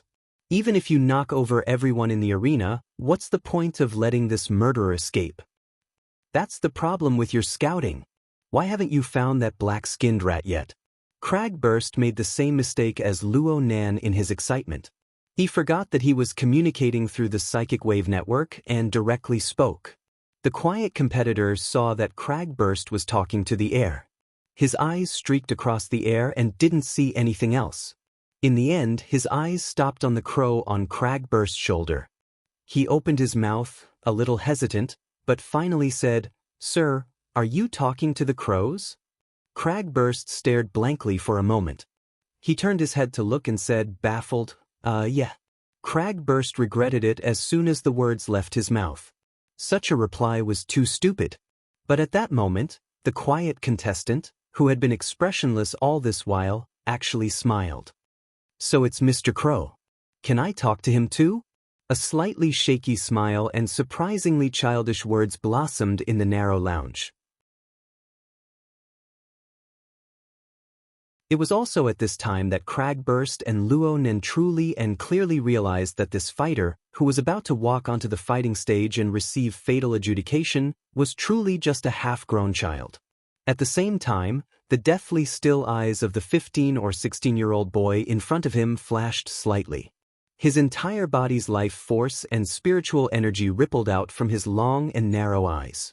Cragburst didn't know what to say when faced with such a face. In the end, he could only shrug his shoulders. Fine. If he's willing. Borrowing the force of Cragburst's shrug, ink flew and jumped, landing directly on the arm of the quiet contestant. Of course, this was under Luo Nan's indication. The quiet contestant was delighted by Ink's intelligence. Then he slightly straightened up and bowed very solemnly toward Ink. "My name is Ruiwen. They call me Marauder, but I'm nothing more than a crow. This is my 100th match, and it's also my last match. I hope that Mr. Crow can give me his blessings." This time, there were a few more words. Luo Nan discovered that the quiet contestant was called Ruiwen, right? His voice was quite special. It seemed that his voice hadn't gone through puberty yet. There was a bit of sharpness within the hoarseness, and there was a natural resonance of breath. It was very unique. It made people feel that if he were to sing, he would be quite good. That? Cragburst didn't quite understand. He tried to interrupt but was stopped by Luo Nan. This sort of feeling was far too familiar. The current Ruiwen was the same as Luo Nan many times. He was completely trapped in his own circle, forming his own logic. There was no need to forcefully break it. Perhaps this was the chance for him to relax the most. It was the moment he treasured the most. And at this time, the human-faced arachnid began to stir. Within the eyes of this newly promoted glutton, there was a bright seed rising from the dark and desolate abyss. Even though the seed was bound and surrounded by the filthy and turbid streams, it was pure and untainted. It was pure and transparent.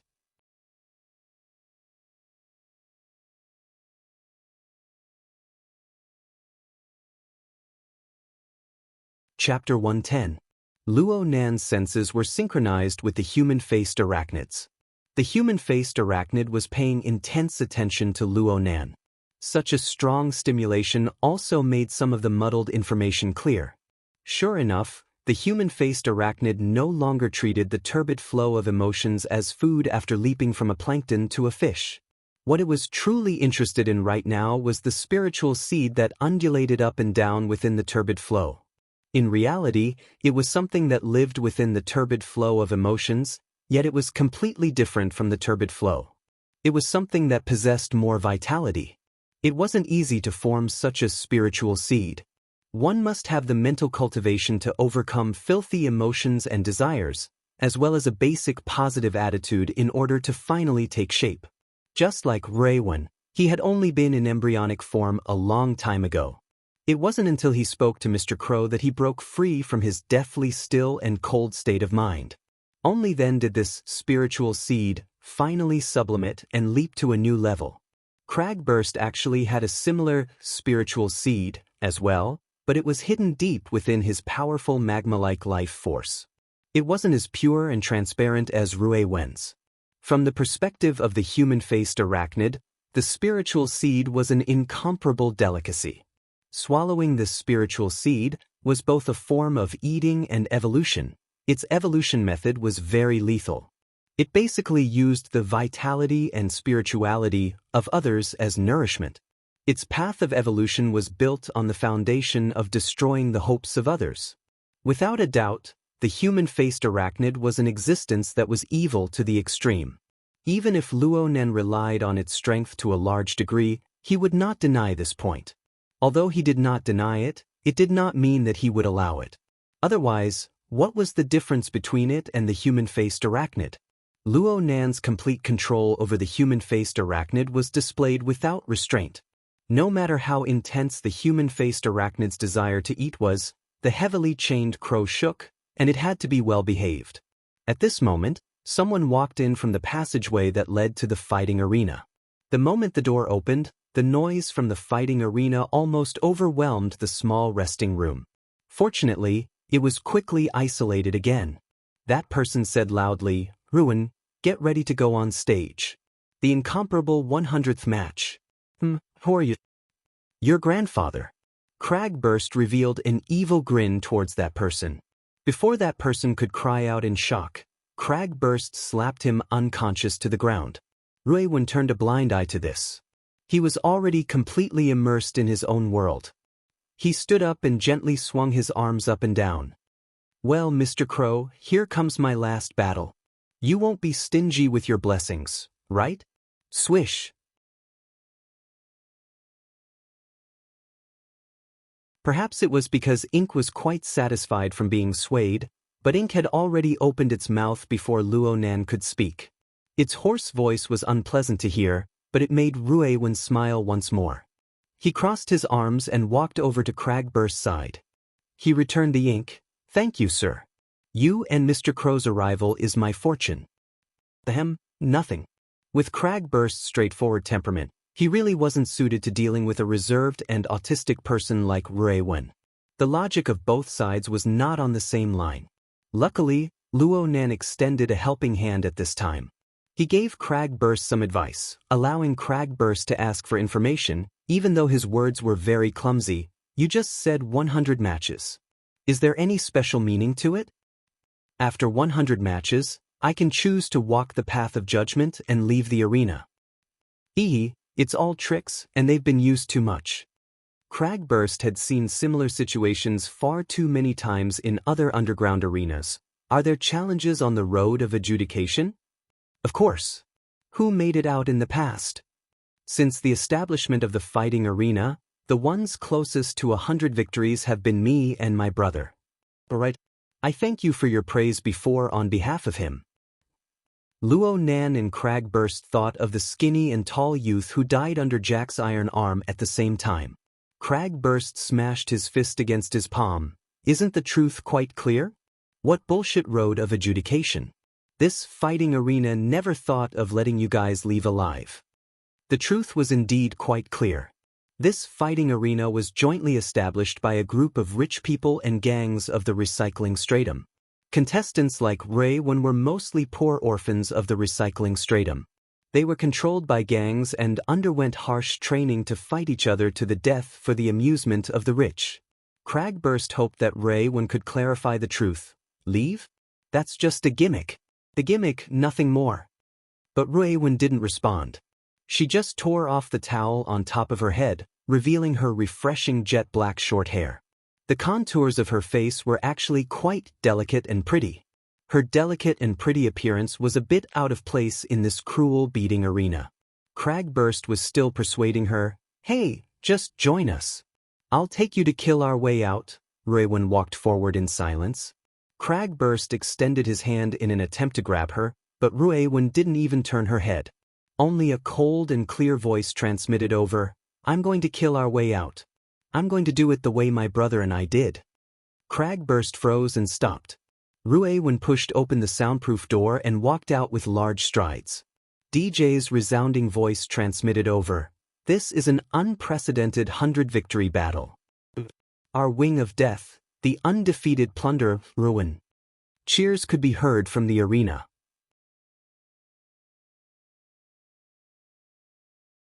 Amidst the chaotic and distorted roars, there was a strange voice mixed with it. Male and female monsters. Flat-chested witches. Take it off completely. Verify her identity. Cragburst couldn't catch his breath properly. He choked and nearly caused ink to go askew. Luo Nan's soul body nearly lost its grip on the chain and let the human-faced arachnid charge out. A woman? I couldn't tell at all. Cragburst was stupefied in place. Who would have thought? Rue Wen's upper body was bared from start to finish. Her attitude was natural, and she didn't have any obvious secondary sexual characteristics. Even if she did, it would be submerged under the lines of her thin and hard muscles. Luo Nan was a bit embarrassed as well, but this awkward thought was forcibly severed when Rue Wen stepped onto the fighting stage and exposed her thin body to the gazes of thousands of people. Cragburst held open the soundproof door that was about to close, so that the clamor of the fighting arena could be heard in an unending stream. Oh, oh, oh, I'll grant you the path to leave. Bye, bye, bye. Let's start the auction today. I want to taste the taste of the flat-chested witch. Cheers, clamor, and whistles rang out without end.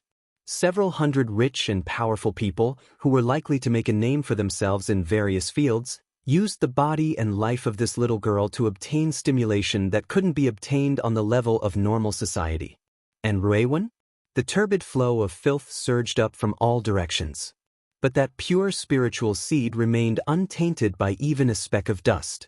This girl, whose gender was hard to distinguish, had already been completely shielded from the influence of the filth of the outside world. But no matter what, why was such a girl placed in such a filthy place? Cragburst didn't make a sound as he walked forward with large strides. Luo Nan was a bit unable to restrain himself. He actually didn't stop Cragburst when he walked forward. Cragburst walked out of the passageway. It was reasonable to say that his large and unfamiliar face was the type that would attract a lot of attention. But right now, the vast majority of the people in the fighting arena had their attention focused on the fighting stage. They didn't notice Cragburst at all. But Rue Wen, who was on the fighting stage, turned her head without any warning. Her cold and clear gaze made Cragburst halt once more. He wanted to advance, but he couldn't.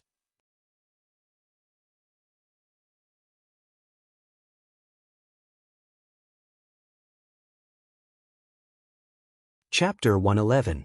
Rue Wen quickly straightened her body and calmly stood in the center of the boxing ring.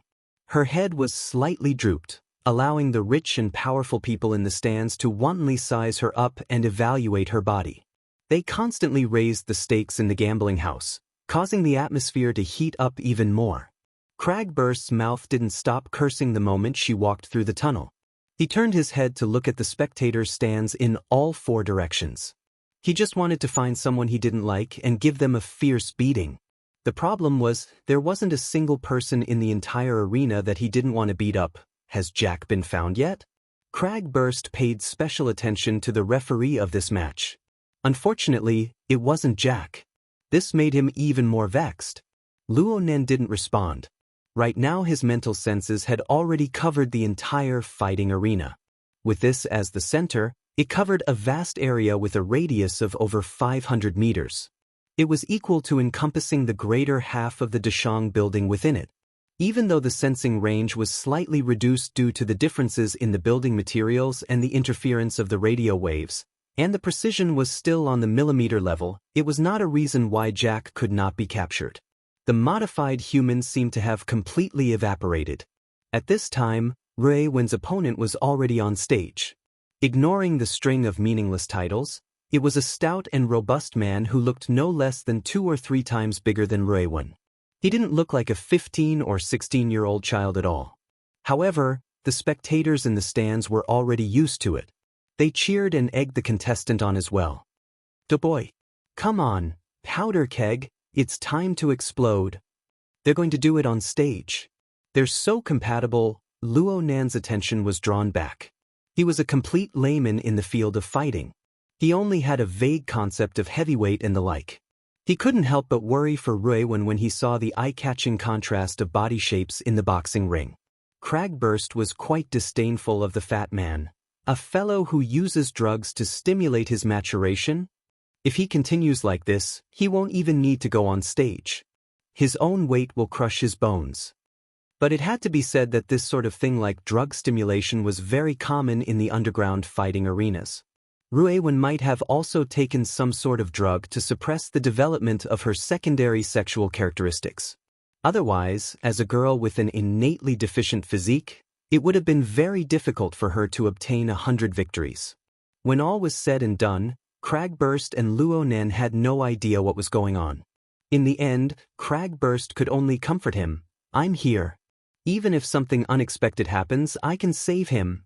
Ink spread its wings and slapped Cragburst's face. This fellow didn't know how to talk. "Do we need you to save them?" The crux of the problem was that Ruewen's current mental state and state were inconceivably clear and bright. But once she was destroyed by an external force, the damage to her mind would be extremely frightening. It would be much more troublesome than a pure physical injury. Luo Nan had just analyzed this point from the human-faced arachnid, but he was unable to explain it to Cragburst. He felt stifled to the extreme. The exchange between the two was meaningless, but the development of the fight on the boxing stage caught everyone off guard. After a full 20 minutes of prelude, atmosphere, and bets, the battle began. Faced with an opponent who was at least twice as heavy as her, Ruewen didn't retreat, but instead advanced. She rushed in from the front, and before Gunpowder Barrel's thick arms could close in, she had already broken his tibia with a single kick. Just as Gunpowder Barrel's fingers touched Ruewen's shoulder, he lost his balance and fell to the ground in pain. Ruewen easily broke away from his grasp, and took the opportunity to kick him in the head, sending him into an unconscious state. The battle ended just like that. The originally heaven-flipping scene turned cold and silent in an instant. The vast majority of people, including the wealthy guests who won their bets, were unable to accept such a simple and laughable ending. They sunk into an awkward silence. Originally, the wagered fight was just a pastime. What they truly wanted to see was the cruel and bloody scene of fists hitting flesh. Cragburst's wild laughter and his celebratory action of raising his arms and brandishing his fists were exceptionally eye-catching under this bizarre atmosphere. Even the cameras that covered the entire arena gave him a close-up. Luo Nan wanted Ink to smack Cragburst's head. If this wasn't exposure, then what was? On the boxing stage, the referee was stupefied for a few seconds before going forward to examine the injury. This was just a formality. His true intention was to use this opportunity to get in contact with the person in charge and figure out what to do next. However, the big boss of the fighting arena, Jack, was unable to be contacted from beginning to end. In the end, it was the supervisor who spoke up and let the referee smooth things over first. The referee helplessly got up and grabbed Ruewen's hand, preparing to announce the victor. But Ruewen pushed his hand away. Then she borrowed the help of the referee's miniature microphone to say a few simple words. "I choose the road of adjudication." It was as if a bomb had been forcefully shoved into the oppressive and awkward atmosphere of the fighting arena with these words. First came the low clamor of several hundred people. Then came the sounds of cheering, laughing, cursing, and whistling. They flooded the entire fighting arena.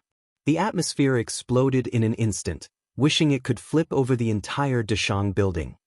Ha! Challenger. Traitor. The flat-chested witch's counterattack. Stupid woman. Has your brain turned into muscle? Go die. Just tear her to shreds. Break her 4 limbs. Knock out her teeth. I want it. I want it. The several hundred rich and powerful spectators had personally drawn up the rules. They had designed a seemingly magnanimous path of escape. But when this rule was finally challenged, not many people could remain calm.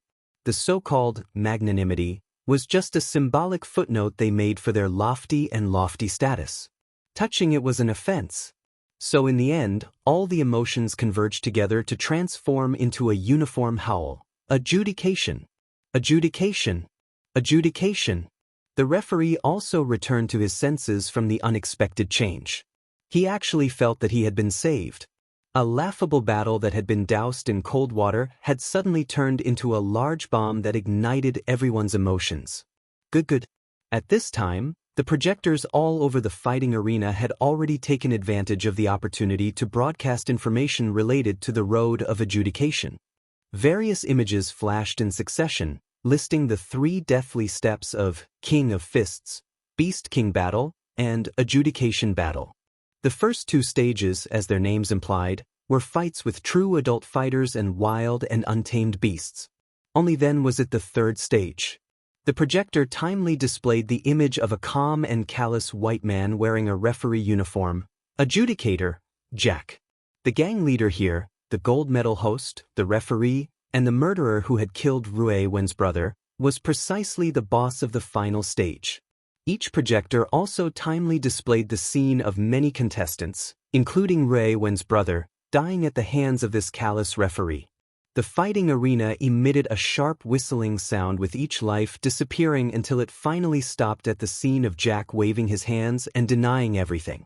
The entire fighting arena was about to boil over.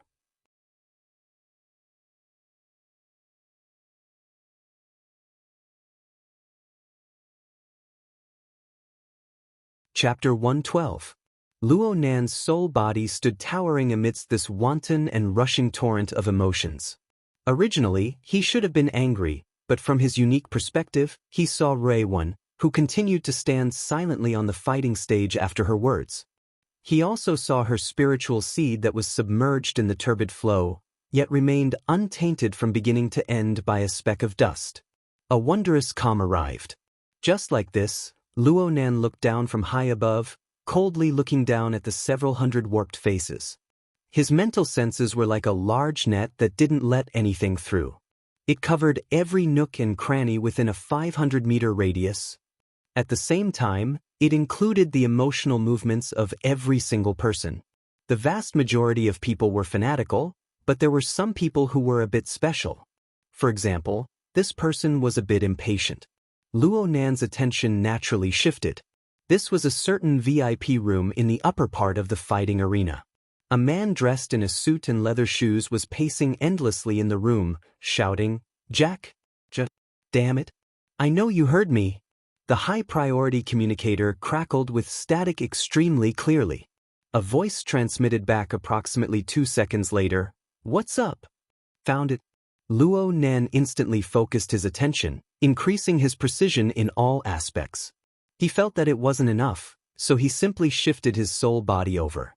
He was in the VIP room, sticking to the back of the contact's neck to receive the message from the communicator. The contact was excited to finally get in touch with that damn Jack. He never would have thought that there was a spirit behind him that was receiving the message at the same time as him. In fact, the information Luo Nan received far exceeded that of the contact.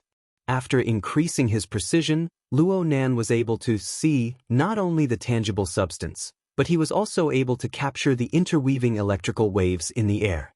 It was impossible for Luo Nan to know the information transmitted by the electrical waves due to his lack of the ability to transform and analyze. However, he was able to refer to the continuous interweaving and spreading fluctuations within the communicator to determine the approximate direction. This was his first attempt, but it wasn't easy to realize a tracking in the information society where countless electrical waves interweaved and covered. Fortunately, the contact and Jack continued to communicate. The contact explained to Jack in as much detail as he could. During this time, the buzzing noise of interference continued to ring. The quality of the call was extremely bad. In the end, the contact didn't even know what he said. "Damn, Jack. Where the hell are you?" "On the road to heaven." Jack sounded like he was doing some sort of exercise. His voice was a bit breathless. "Now isn't the time for jokes. You must come back. Immediately." "I was just about to touch heaven. To hell with heaven. Rui Wen wants to charge through the path of adjudication." "It was Rui Wen. Didn't you say that any news related to this woman must be reported to you immediately?" There was a sudden silence on the other side. After a full 5 seconds, Jack finally replied, "Who was in the first 2 stages?" The contact was overjoyed to see that Jack finally understood the seriousness of the matter.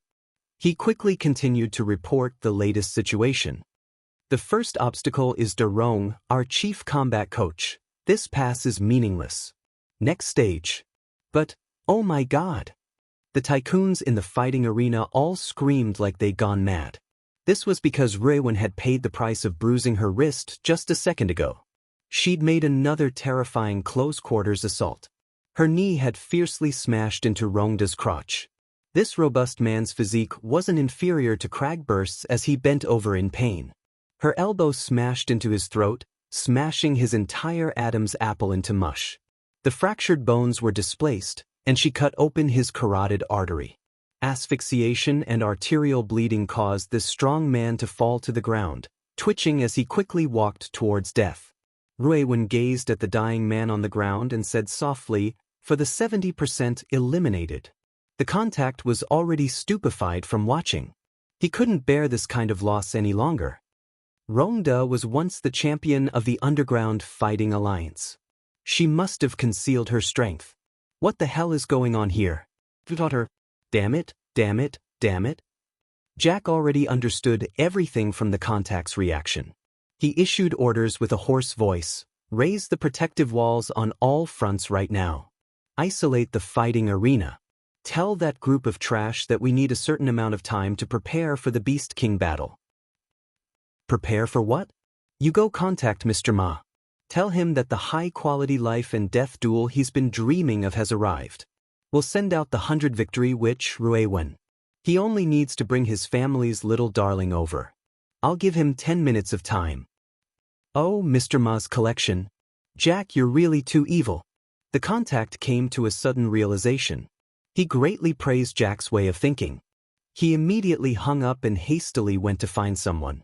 Ruiwen. Forget it. I'll just go with her cheap older brother. Jack removed his wristband and casually tossed it to the side. Don't anyone disturb me again. He was suddenly startled before his voice fell. He slowly raised his head. His undamaged right eye and the mechanical electronic eye focused at the same time. They stared at the empty space in front of them. He finally found it.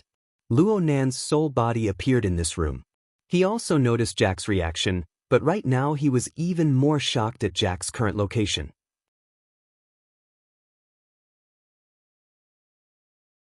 Jack was still inside the Dashang building, but he was on the top floor of the building, the 141st floor. This landmark building of the River Wu district had a height of around 600 meters. The 141st floor was over 550 meters in height. It just so happened to exceed the range of Luo Nan's all-encompassing perception. Originally, Luo Nan didn't believe that Jack would leave his usual lair and enter the privileged society that was absolutely unfriendly to gangsters like them. But the facts proved that his judgment was wrong. Not only did Jack enter, but he also arrived at the top floor of the Dashang building, which required extremely high credit privileges. He even had an independent training room here.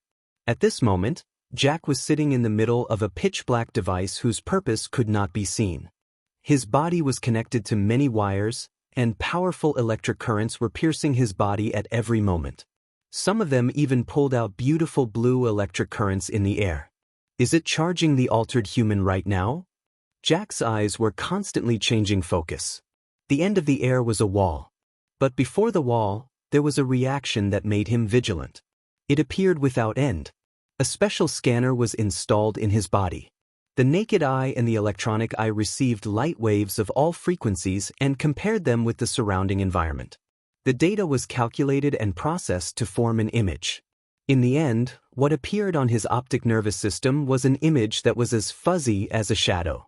He paused for a moment before speaking in a hoarse voice. Ability user? Soul configuration? Luo Nan was truly shocked. The electromagnetic gun attack on the recycling stratum really wasn't a coincidence. This Jack seemed to have some sort of method that could capture the existence of a soul body. His soul body floated a few times in the room. He discovered that although Jack's gaze was a bit sluggish, it was always able to rapidly change. This was a situation that had never happened before.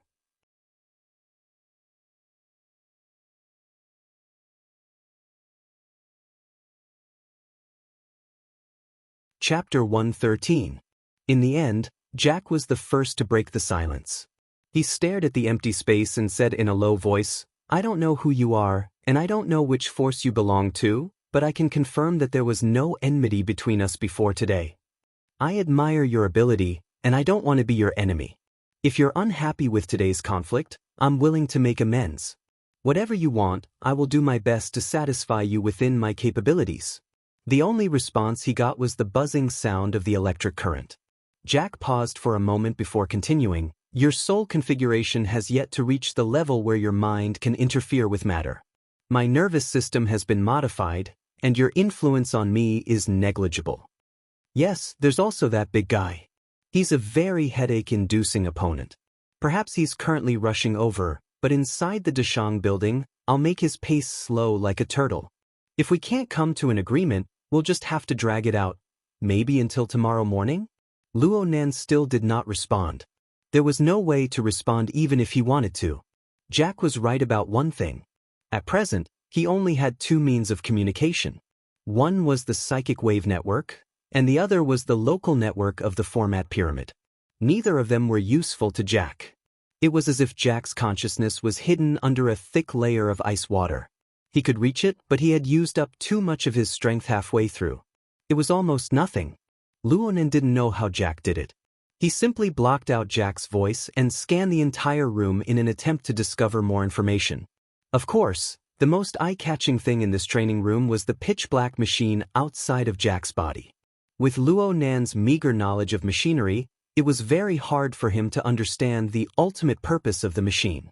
And from the surface, it looked like the machine was just an unending stream of electricity being poured into Jack's body. Luo Nan paid attention to the voltage indicator. Any normal person would have turned into charcoal by now, but Jack seemed to be enjoying it. It could be seen that the electric current instilled by the black machine had truly cut into every part of Jack's body. Jack's muscles were twitching and trembling every second, but within this twitching and trembling, there was clearly a relatively stable rhythm. This meant that Jack had retained some control over his body. What did he just say? On the way to heaven. It was clear that such an electric infusion was beneficial to Jack. Oh, in that case, Jack continued to chatter endlessly while Luo Nan was gathering information. "I get it. You can't open your mouth, right? The research on soul configuration on Earth is still very backward, or are you just a talented person who got lucky? Very well then. I can probably guess what you are more interested in.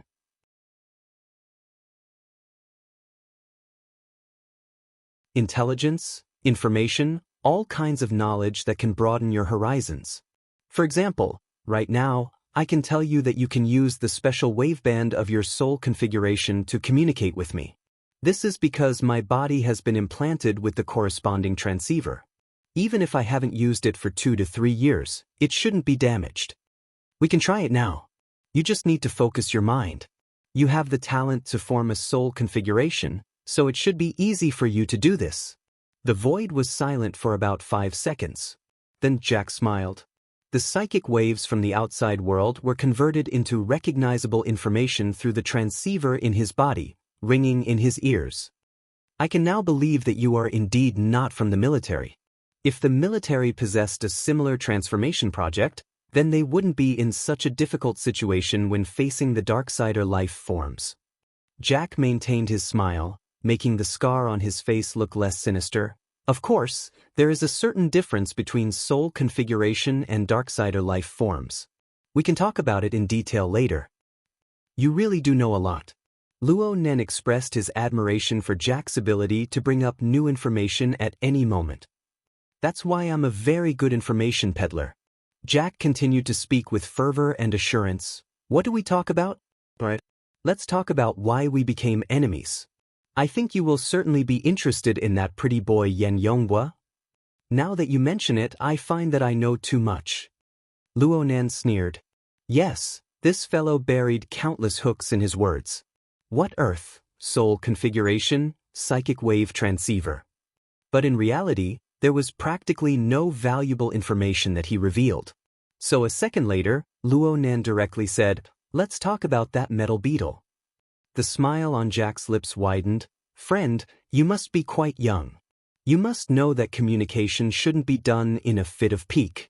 You should think of ways to embarrass the other party. I know that you must be more interested in Yen Yonghua. Otherwise, you wouldn't have followed him. Let me think. What is his explosive point? For example, quantum corporation? Archetype format? The world's first burner?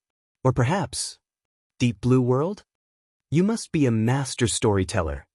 Luo Nen used psychic waves to send a mocking message, but he had no choice but to admit that the titles that Jack mentioned had nearly caused his curiosity to explode. It was as if he had bumped into a moving database of information. This fellow, Jack, was absolutely not a simple gang leader.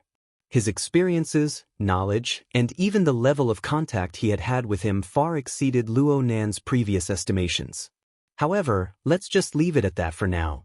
Jack's smile continued to persist, but a short second later, astonishment and explosive rage tore apart this layer of mask, arriving together with the darkness that enveloped the room. The power outage. The low humming of the pitch-black machine gradually came to a stop. The power outage protection was done quite well. The muscles on Jack's body only twitched a bit before returning to normal. But his mood couldn't return. Damn it! What did you do? Jack roared in the darkness. He did his best to shake his arms, but this didn't give him a sliver of electricity. It's as you can see. The power is out. Luo Nen used the method that Jack taught him to maintain communication. Jack's choice of the top floor of the Dashang building as a hiding place was indeed an unimaginably brilliant move. However, as a business district with people coming and going, there were uncontrollable factors. To put it more bluntly, there were far too many human factors. Hypnosis combined with the human-faced arachnid's fishing technique was truly too useful. Luo Nen just spent a bit of time while Jack chattered on endlessly. He chose a property manager and cut off the power supply to this floor. During this time, he discovered that Jack's training room used a dedicated power supply line. But this point was meaningless in front of the manager of the building. Reality proved that no matter what function the machine Jack used, it could only be a pile of scrap metal once the power supply was cut off. I want to obtain information. You want to obtain time. The meaning of communication lies in this. But no one can obtain it. So what? It seemed that the last remnant images of his peers in the boxing ring still remained before Luo Nan's eyes. He didn't care whether or not Jack could see them. His soul body made the same negative action of crossing its arms.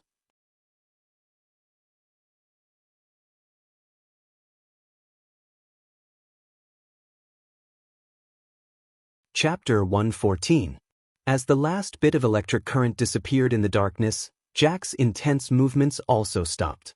He sat in the middle of the machine, and the wires on his body broke off one after another. In the end, all that was left was a violent gasp. The interruption of the power supply seemed to have placed an unexpected burden on Jack. However, his bionic eyes didn't dim because of the power cut. On the contrary, they became more and more dazzling as his emotions fluctuated. While panting, Jack emphasized again, "You arrogant bastard. Damn it. Do you know what you've done?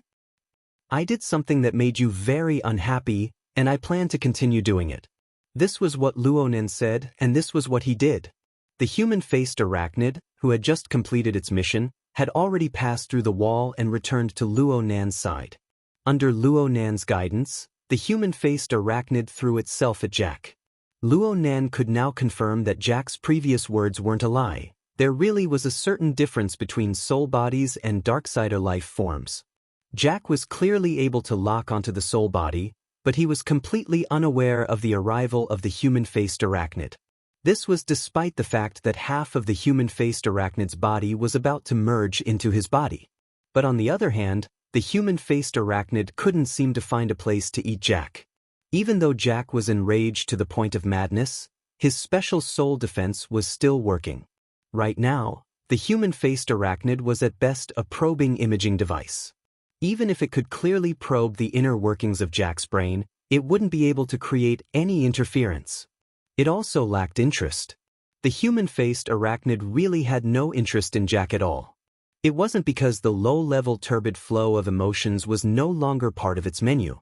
It was because this thing simply couldn't be eaten. It was like an excellent painter could paint a flower so lifelike that it would attract bees and butterflies, but he would never be able to pick the honey. This was the difference between a real object and a painting, the difference between reality and illusion. From the human-faced arachnid's perspective, Jack's emotions were a vivid yet false picture. It could be seen that the structure and operation of Jack's brain, which had been partially modified, were shockingly concise and efficient. What kind of stimulation would trigger which cluster of neurons, what kind of neurotransmitters would be produced, and what kind of conduction between neurons would be triggered, forming a continuous running assembly line. At first glance, this was no different from a normal person's mental model. But as a matter of fact, most of the emotions and psychological activities of human beings had complicated operating mechanisms. The coordinated activation of various brain regions was far from something that could be replaced by an ideal assembly line. If one were to delve deeper into this, they would discover that Jack's seemingly efficient and concise operation mode was more of an encoding method. The human-faced arachnid's probing was extraordinarily deep. The human-faced arachnid's tentacles had already spread to every nook and cranny of Jack's body without his knowledge. Because of this, it discovered a region that had been precisely modified in the depths of Jack's brain, probably at the location of the central mass that connected the left and right thalamus. There was an even smaller core embedded within it. Almost all of Jack's nerve activities would be transmitted through the channels that had been set up in advance to exchange information with the nucleus. This nucleus would transmit the corresponding stimulation to the various nerve centers and then give feedback.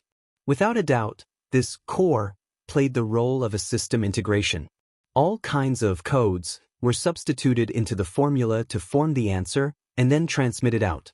This was originally a natural function of the brain, but it had been replaced by the mechanical reaction of the nucleus. This crucial step was the distinction between real and fake. Were all altered humans like this? Luo Nen didn't have too much confidence in his own observations. He was still guessing at the role of the nucleus. However, there was a situation that firmly grabbed his attention. There was a thin thread coiled around this extremely secretive nucleus body. No, it was the metal beetle. That's right, this was the metal beetle that Yen Yonghua had tossed out of the car. Luo Nan was incomparably certain because there was a small half of the beetle shape preserved at the end of the thin thread. He couldn't help but speculate that the metal beetle would completely disappear after a period of time. It would transform into the form of a thin thread. What were the conditions for the transformation? Luo Nan could more or less understand just by looking at the dark machine that had already stopped operating. It was also this coiled thread that gave Luo Nan an extremely familiar feeling. He used the human-faced arachnid as a medium to unleash his soul clairvoyance. He discovered that the thread clearly flickered with flickering electricity. And when he increased the precision of his senses a step further, he was certain that the thread had already split into countless even finer branches. Many of them had already exceeded the range of precision of his senses. Luo Nan could only see that some of these branches had pierced into the interior of the nucleus. Some of them had even seeped into the nerves and blood vessels. They had probably already spread throughout the entire brain, forming a tree-shaped structure with the nucleus as the center. This is the external neuron? What the fuck are you doing now? Luo Nan's unbridled probing methods had probably set off some sort of alarm device. Jack was horrified and startled.